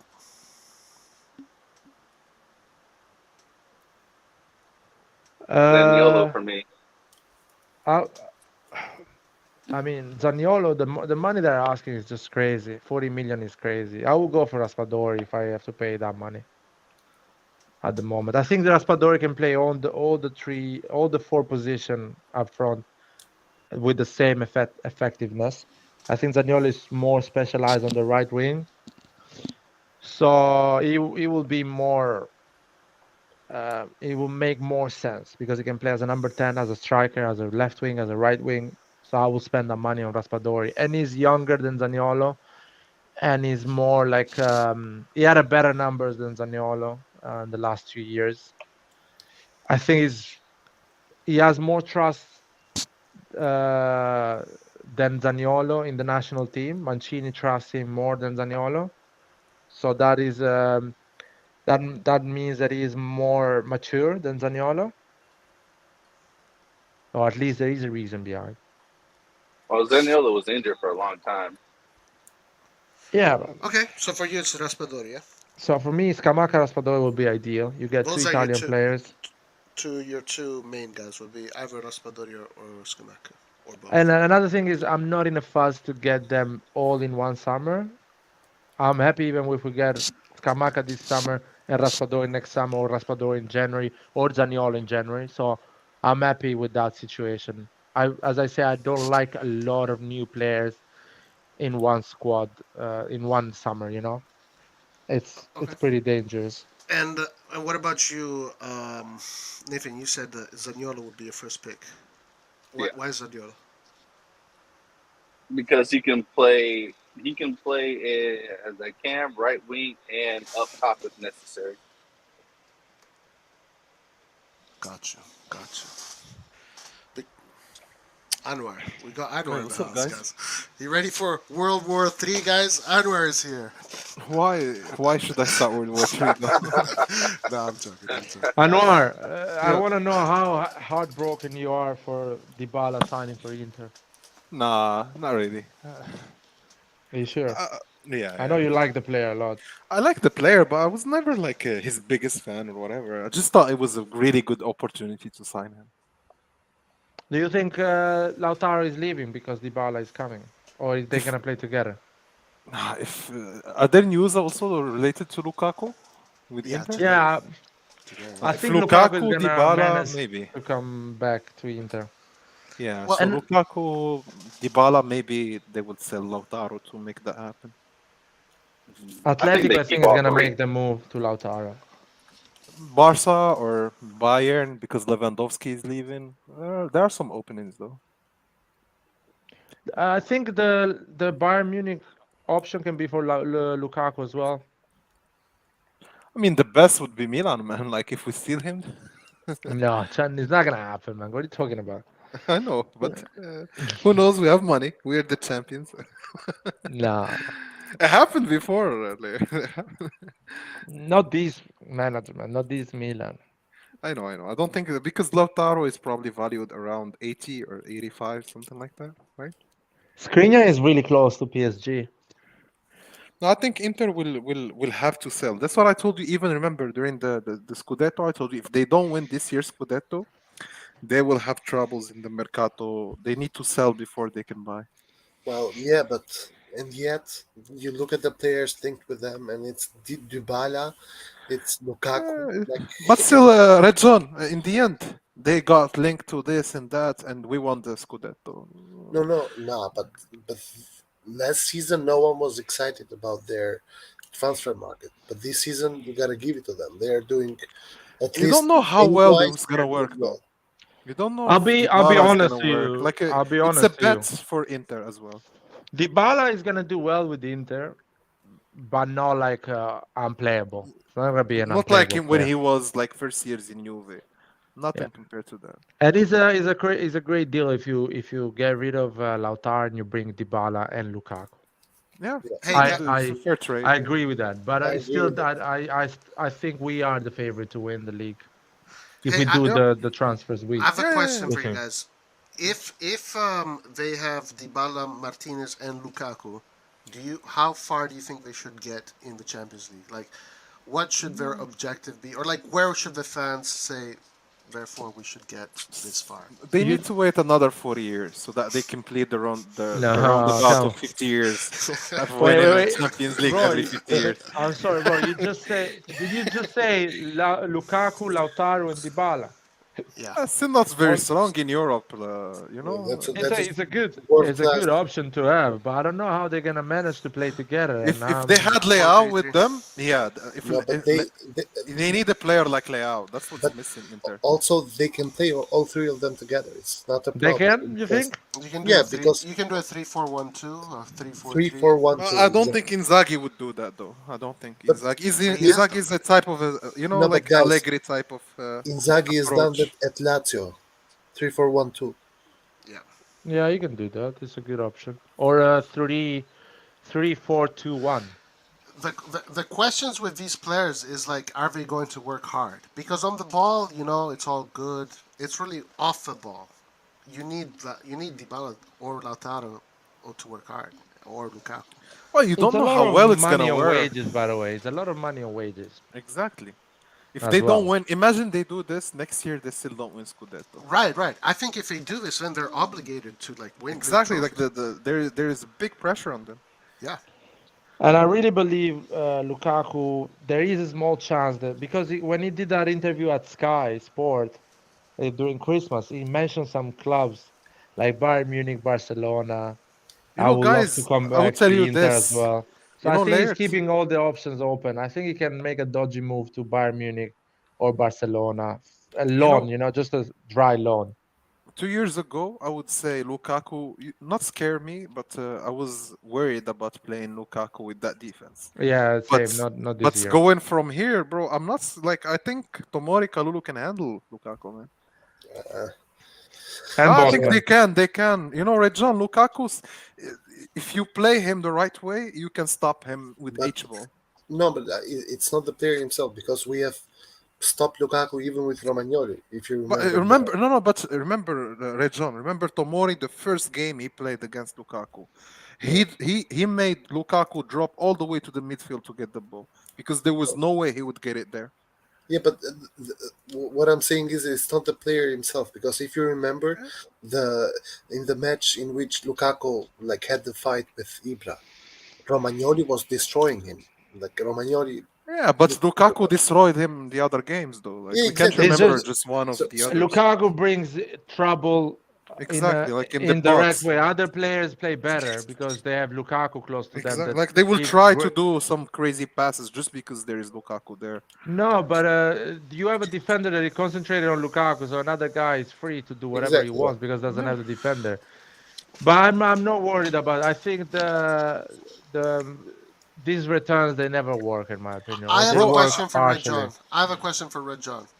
Tell me. Red John. What about us? We're not good enough. No, you guys can answer too. No, but like, if he only asks questions to royalty. Tell me something. All right. If Inter get as their striking force Martinez, Lukaku, Dybala, what would you think of Milan having Giroud, Origi, and Lazetic? That on paper we are not as strong as them. Bro, how can you say that, Red John? No, come on, Anwar, we're not. We are, but we are champions of Italy. No, yeah, we are on paper. So let me ask you guys: Do you think when can we say that Milan is stronger, though? Sorry. Sorry, go ahead, Roy. No, but if these guys get these top three players up there playing together, you think Milan is not going to really reinforce the squad? Man, I don't think they're gonna win it. That's why I say we're gonna get a striker. Bro. I really believe we're gonna get Origi, Giroud, and Scamacca. We're gonna have these three strikers next season, starting for us. To be honest, I think the way we reinforce or our strategy is not connected at all to other teams. Like Inter can get Haaland and Mbappé tomorrow, we will still go for the Cutler, for these players because this is our strategy. But what if we go for these guys, Red John, and still win the Scudetto next year? No. Okay, but let me just make one thing clear. Let me make one thing. For me, De Cutler, Raspadori, Zaniolo, Scamacca, Berardi, Ziyech, or whatever. These are good enough for me as well. I think that's what also Maldini is trying to get. I think even the players from Club Brugge, I think they're gonna be valued more in 2 years, 3 years, wherever they go. Would you get them right now? Both of them, no. I think the gamble should be on one of them. We don't need both of them. Milan will not get better with 2 players from Club Brugge. Let's agree on that. Which one would you go? But which other player? For me, Zaniolo is a great deal, but we should not pay the money that Roma is asking for. No, sorry, I was asking about the 2 Bruges players. Which one would you get? Which one? I think I think Noah Lang plays more on the left. I don't think we need reinforcements there. So I would probably go for the other. Because like I watched Noah Lang's games and some of these highlights, he plays much more on Leao's side. Yeah, he's very much a left-sided player. The majority of his games are there, right? But I know that sometimes he has played on the right. But yeah, for sure. But like even his best plays are on the left, you know. Again, that's where he gives his best. The thing is, going back to what Roy asked, the thing is on paper, anyhow, even if we win the Scudetto next season, unless some of our players start scoring. Let's go on paper, Red John. How can you say that Inter is better? Let's go player by player. No. Okay, can I help to? Lukaku and Dybala? But the other 7 players of the team. Sorry, can I help to? The other 7 players of the team got 2 points away from us, man. 2 points behind. the man, Skriniar, De Vrij, Bastoni. Yeah, I think we have a better defense. The numbers say so. Calm down, we have guys. one less goal. Same defense. We have the same defense. We have the same defense. 31 goals Inter, 31 goals us. We have the same exact defense. We are okay. So what makes Inter defense better then? No. Let's same. Guys, there's one thing. That's for what sure. I'm asking. Red one John, thing like, is for sure. We have a better goalkeeper. What makes Inter better than Milan if we take Dybala away and Lukaku? And Lukaku scored 26 goals last season. Do you think our whole attack scored 26 goals? Okay, well I have a question because they don't have also Leao, and you can't compare players there to scored Leao. 11 goals, man. But he was MVP of the season though. So was Lukaku, man.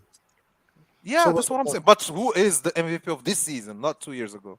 But we're talking about paper. No, we're talking on paper. On paper, Leao still makes. I think on paper now they have the credit to be called the best man. On paper, Leao can have a season of 7 goals and 3 assists. Hold on, guys. You never know. On paper, Inter is superior to Milan. Okay, Yeah, my question is, on paper, which players are superior though? I'm sorry, guys. On paper, Juventus is gonna get how's he called, that guy? Pogba. Yeah. And Di Maria, I think is Laird, really close. my question is, in Inter side, who are the better players that we don't have in Milan? But they play. I'll make it simple to you. I want to make it more realistic. Realistic. Lautaro Martinez scores more goals than Giroud. 20 goals this season.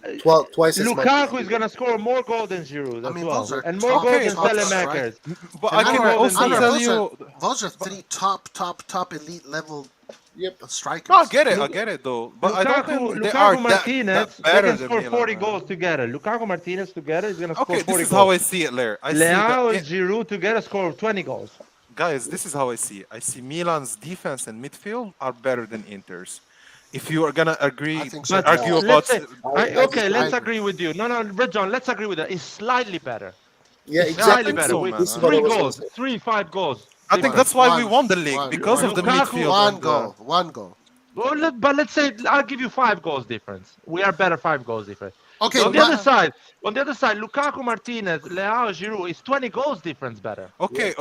But Laird, who wins your titles, defense or offense? I know defense wins the title, but if you, defense it can happen. This is the point. It can happen. No, but I'm speaking also about the midfield. If you compare our midfield in terms of numbers is much better than Inter. I'm sorry, but you cannot tell me that the midfield with Brozovic, Barella, and we have better numbers. Tonali scored more. Kessie scored more. You are wrong. Bennacer scored more. Çalhanoğlu is the player with most assists in Serie A. because he kicks every corner and free. Yeah, but they are numbers. They are numbers. They are numbers. If you want to measure numbers, they have better numbers than our midfield. Our midfield is different. Laird, this is how I see it, Laird. If we fix our right winger and the cam striker, we are just better than... I don't see us. Yes, I agree with Anwar. I agree on Anwar on that. Anwar, listen Who are to you me. going to I think we have to do that. I think we really have to Listen do to that. me, guys. We are not going to play Messi and No, it doesn't need to be them.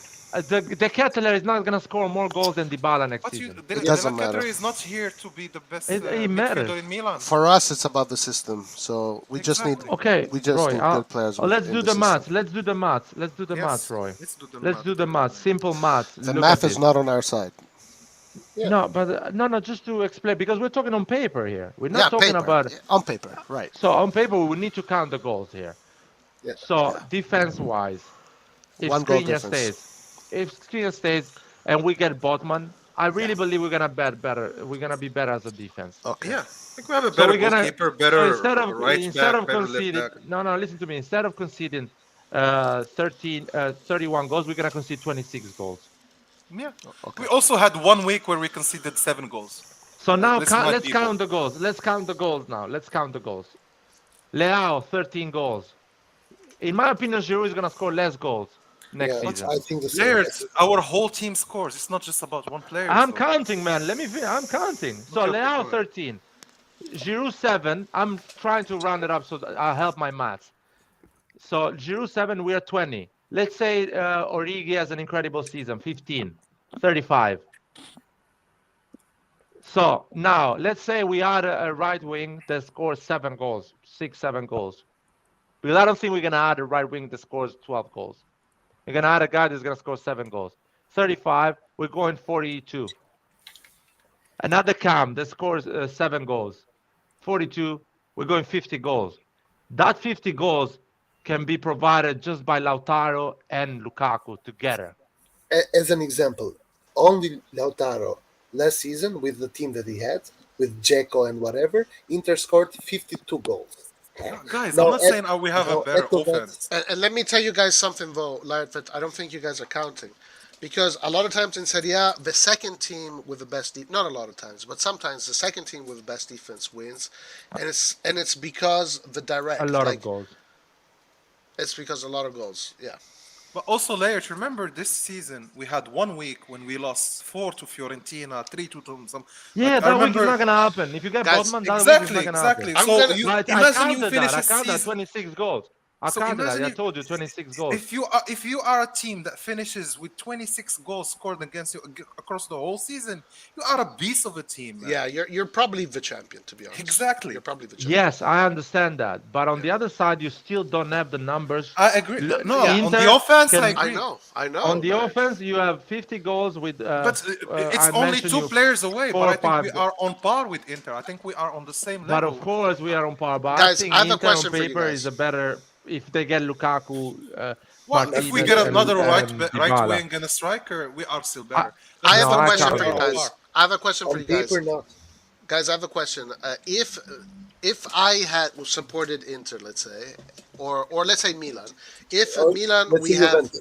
or say Juventus, if I have Lautaro, Lukaku, and Dybala, plus the team I already have, which is already a very good, strong team, like I'm expecting to win the Champions League. No, the Champions League, no. I'm expecting to fight against Roy, the best in Europe. Imagine there is a team that has Messi, Mbappe, and whoever, and did not win it. And you can. I don't think it's achievable for this Inter but with this coach. But exactly because of that, like you can win. You can win. No, I think if they still had Conte, maybe. Ventola, Because raffinatezza, Ventola. I believe Antonio Conte Lukaku is doesn't have actually better than raffinatezza, Simeone Roy. Inzaghi. I'm sorry, but I agree with Roy here in the sense that if your front three is Dybala, Lautaro, and Lukaku, at least on name-wise, you are amongst. Okay, Yeah, Red John. absolutely, Red no John. doubt. If you look at Inter's last 5 years in Champions League, so they were disqualified how many times from the group stages? They reached the quarterfinals one time, right? Or not even? One I don't time, think they so one time, and that's their historic of the last 5 years. And you want to convince me that now their objective is to win it? No, Roy, let's Roy did not say that. Let's be realistic. Let's be realistic. I will expect maybe a semi-final, a quarter semi-final. I will If be they happy. reach semi-final, guys- they should be super happy with their Guys, achievement. if you reach the semi-final, you final are one is not so step far. away from the final, man. I know, but the semi-final, you will face the best. Yeah, you will. But Dude, if you reach semi-final, the Inter should I'm sorry, prepare guys. the best If- and celebrate, not even play it. Guys, I'm If sorry. they but- reach it, they should go and celebrate. Guys, outside I'm Milan. sorry. I'm sorry, guys. Not even but showed up to play. at the If I semi-final. am Milan today and tomorrow I have Lautaro Martinez, Lukaku, and Dybala, like I want to win the Champions League for sure. Agreed. But Roy, Agreed. the ambition is we agree on that, but the realistic objective, it's different. What I'm trying to say to As you a Roy, is that supporter, you're talking Yeah, about. Roy. exactly. If you're talking I about don't think so, supporter, man. you're No, talking you're about paying the- these guys a lot of money, but- dude. but if These you guys don't- are supposed to win you big games. But Roy, if even the best coach in Italy with the best team in Italy back in the time, they could not even qualify from the group stage. That No, says of course. also the gap in terms of level in Europe. You've So seen, you don't- you've watched you don't- this year. You watched this year how many great teams that got turned around in 2 minutes, 1 minute, and that's how Europe works, man. Roy, can I- I Can understand details. this. I understand Roy, this. I understand Can this. I So- just so you can I guys give are- an opinion different from Anwar, but actually covers helps Anwar point of view? Okay. You're talking about Lautaro and Lukaku. They never made it in Champions League. They never showed Okay, us but this their is- level in Champions I League. don't consider Dybala that. played You- close No, to you the- should. I didn't say Roy. Dybala, John. I didn't say Dybala. I say Lautaro and Lukaku. When Lautaro they just played scored at together, Anfield, this stadium that we're all supposed to be scared of. together they couldn't go the group stage. Okay, but So Lukaku has an entire career. He has Larry. won just one league with the Inter Okay. before, and Larry, after that he has done nothing. football is about retrying. You get Okay, up, but- stand up, and you keep on going. Yeah, and in their Okay, 10 years, let me Lukaku tell you is this, retrying, Roy. get up, That's- stand up, Okay, retry, okay. So let me get get this straight. Yeah. You guys are talking like if I have Dybala, Lukaku, and Lautaro Martinez, I should be fucking shooting heroin because I'm. No. I'm No, saying- who says that? What the Who fuck says are you that? guys saying? Why are you Guys, going no, so on just- the extreme? Why are you just- going on so the extreme? Roy, just We're give saying, me Roy, one How second. many Roy, semifinals Roy, they Lukaku lack- has played the Roy, Champions they, League? One How they many lack semifinals? they lack Guys. the mentality, Roy. That's what it is. They lack Guys. the mentality. Exactly. Just listen. Just give No, me no, one you second. guys like the mentality. My Me and my Roy, I my agree with sentence Roy. is pretty simple. Laird, a team that wins the Champions League and has Dybala, Lautaro, and Lukaku as their front three. Is that a team to be shameful of? Is that a shit team? Or I it's didn't a- say it's a shit team. but it's I not didn't top say four. Exactly. I didn't say a shit team. That's what we're trying to say to Roy. It's the Red top four John, in Europe. I'm making it How simple is it to not you, top dude. 4? What? Red John. Okay, look at guys, this year top four. No, Roy. Who are the? Anwar, you're not helping me, man. Villarreal. No, I am. Villarreal. You're not helping me, man. The Man team that City. won the Champions League bought Lukaku and didn't manage to go to the No, semifinals. I get it. I get your point. Like you're saying, these guys. And you're never telling reached me it with Inter that better didn't teams. even won the Champions League with Lukaku is because gonna win it. Lukaku in Inter he'll play the way he wants to play. Yeah, but in Inter he didn't go through the group. He didn't win the group. in Okay, Inter. but that's it. But he'll do it the next Why time. are you saying okay and you're still ignoring it and Roy, saying Like, they should guys, aim if for the I have Champions League? Dybala, Barella, Brozovic, Names, Lautaro, names, Lukaku, these Figurine. names are quality. Figurine. They They never played the semi-final of The only Champions final they League. played in Europe. Okay. You know what? I am wrong. They're all shit. They all Not suck. Yeah, okay. No. Guys, Okay, I concede. These guys are all shit. If Yeah, it were a Milan shirt, exactly they'd be what I the best. If it had a Milan shirt, they'd be the best in the world. But because Exactly they play what for I Inter, say, Roy. they're all shit. Exactly what I say, Roy. Roy say no. Roy, you don't go there, say don't go there, Origi won the Champions League. You're saying it's shit. Lukaku never played a semi-final of Champions League. You want to win the Champions League with Lukaku. Okay. So That is you, Roy. That if is you how had the you see choice, football. who would you get, need to Origi be or Lukaku? Huh? If you had the choice right now, 0. Both of them cost 0. Who would you get? Origi. They have the same numbers in Premier League, you know. I will get Origi. I would get I'll Origi take as well. So basically, I'll get you're Origi. saying he's I'll saying get if Origi. I had Leao and Castillo, I would take Castillo just to make a point. No. If I had the opportunity between Origi and Lukaku, I'll get Origi. Okay, I'm gonna look up Origi. Well, I'll win then, because I'll get Lukaku. No. I'm gonna look up Yeah, Origi's you win, goals man. this year. Let's look up at the stats. Origi is not even a starter. So is Lukaku most of the time. In a team where he should be a starter, where Origi should not. He doesn't fit the system. But is Lukaku Who is cares, Origi the team's top scorer this season? Because Lukaku Okay, is. so let me tell you this. Origi has 6 goals, 4 assists in 18 games. Yeah. Is And he let's the look at top scorer? Lukaku. No, let's look at Lukaku. No, we're comparing just Lukaku to Origi. Let's not get away from this. So Romelu Lukaku, 29 years old. Let's look stats this season. I know they're poor though. Hold He is on. the I don't Chelsea think it's top fair scorer this year. to judge So Lukaku by this. 44 No, it's not games. fair now. 44 games, 15 goals, 2 assists. Yeah, 15 goals. 44 games, bro. Yeah, That's 1 goal every 4 Wait, games. I want how- Lukaku. He I scored want 15 goals? He scored 15 goals? In 44, bro. That's like less than Giroud's goal ratio. No, but he didn't have many minutes though, right? Bro, 44 games. He had Okay, but how many Yeah, minutes? but if he comes in as a 2,700 sub for 15 minutes, How many minutes. minutes? Anwar, how many in Premier League, man? Can I see how many in Premier How many in League? Premier League? 1,500 minutes. No, how many goals in Premier League? Oh, okay, 8. that's pretty good. 8 goals in Premier League. Yeah. He's definitely gonna win the Champions League next season, man. Exactly. Like Yeah, that. He's That's not him, helpful. You're being disingenuous. Lukaku, is Dybala, and Lautaro Martinez, they're gonna win the Champions League. I mean, hey, Inter, guys, Inter guys- supporters, they need to aim for the Champions League, man. Guys, and guys, they need to if- get upset if they don't win. if Maldini I one agree day with you, buys me Lautaro Martinez, Lukaku, and Dybala, I'll spit on the Milan flag, dude. Okay. No, you no, know man, how- no. Roy, they need to win the Champions League, man. You're right. They need to win the Champions League. If they don't win it, man, the Inter supporters, they should be upset about them. Because they've done it before, man. They showed I'll us they be can pretty do upset. it. They I'll be had an pretty incredible upset. season. Bro, why I should mean, they be Dybala upset? is They coming have for an 3. insane season. Dybala is coming from 2 insane If I have seasons. He those should 3 win the players, Champions League.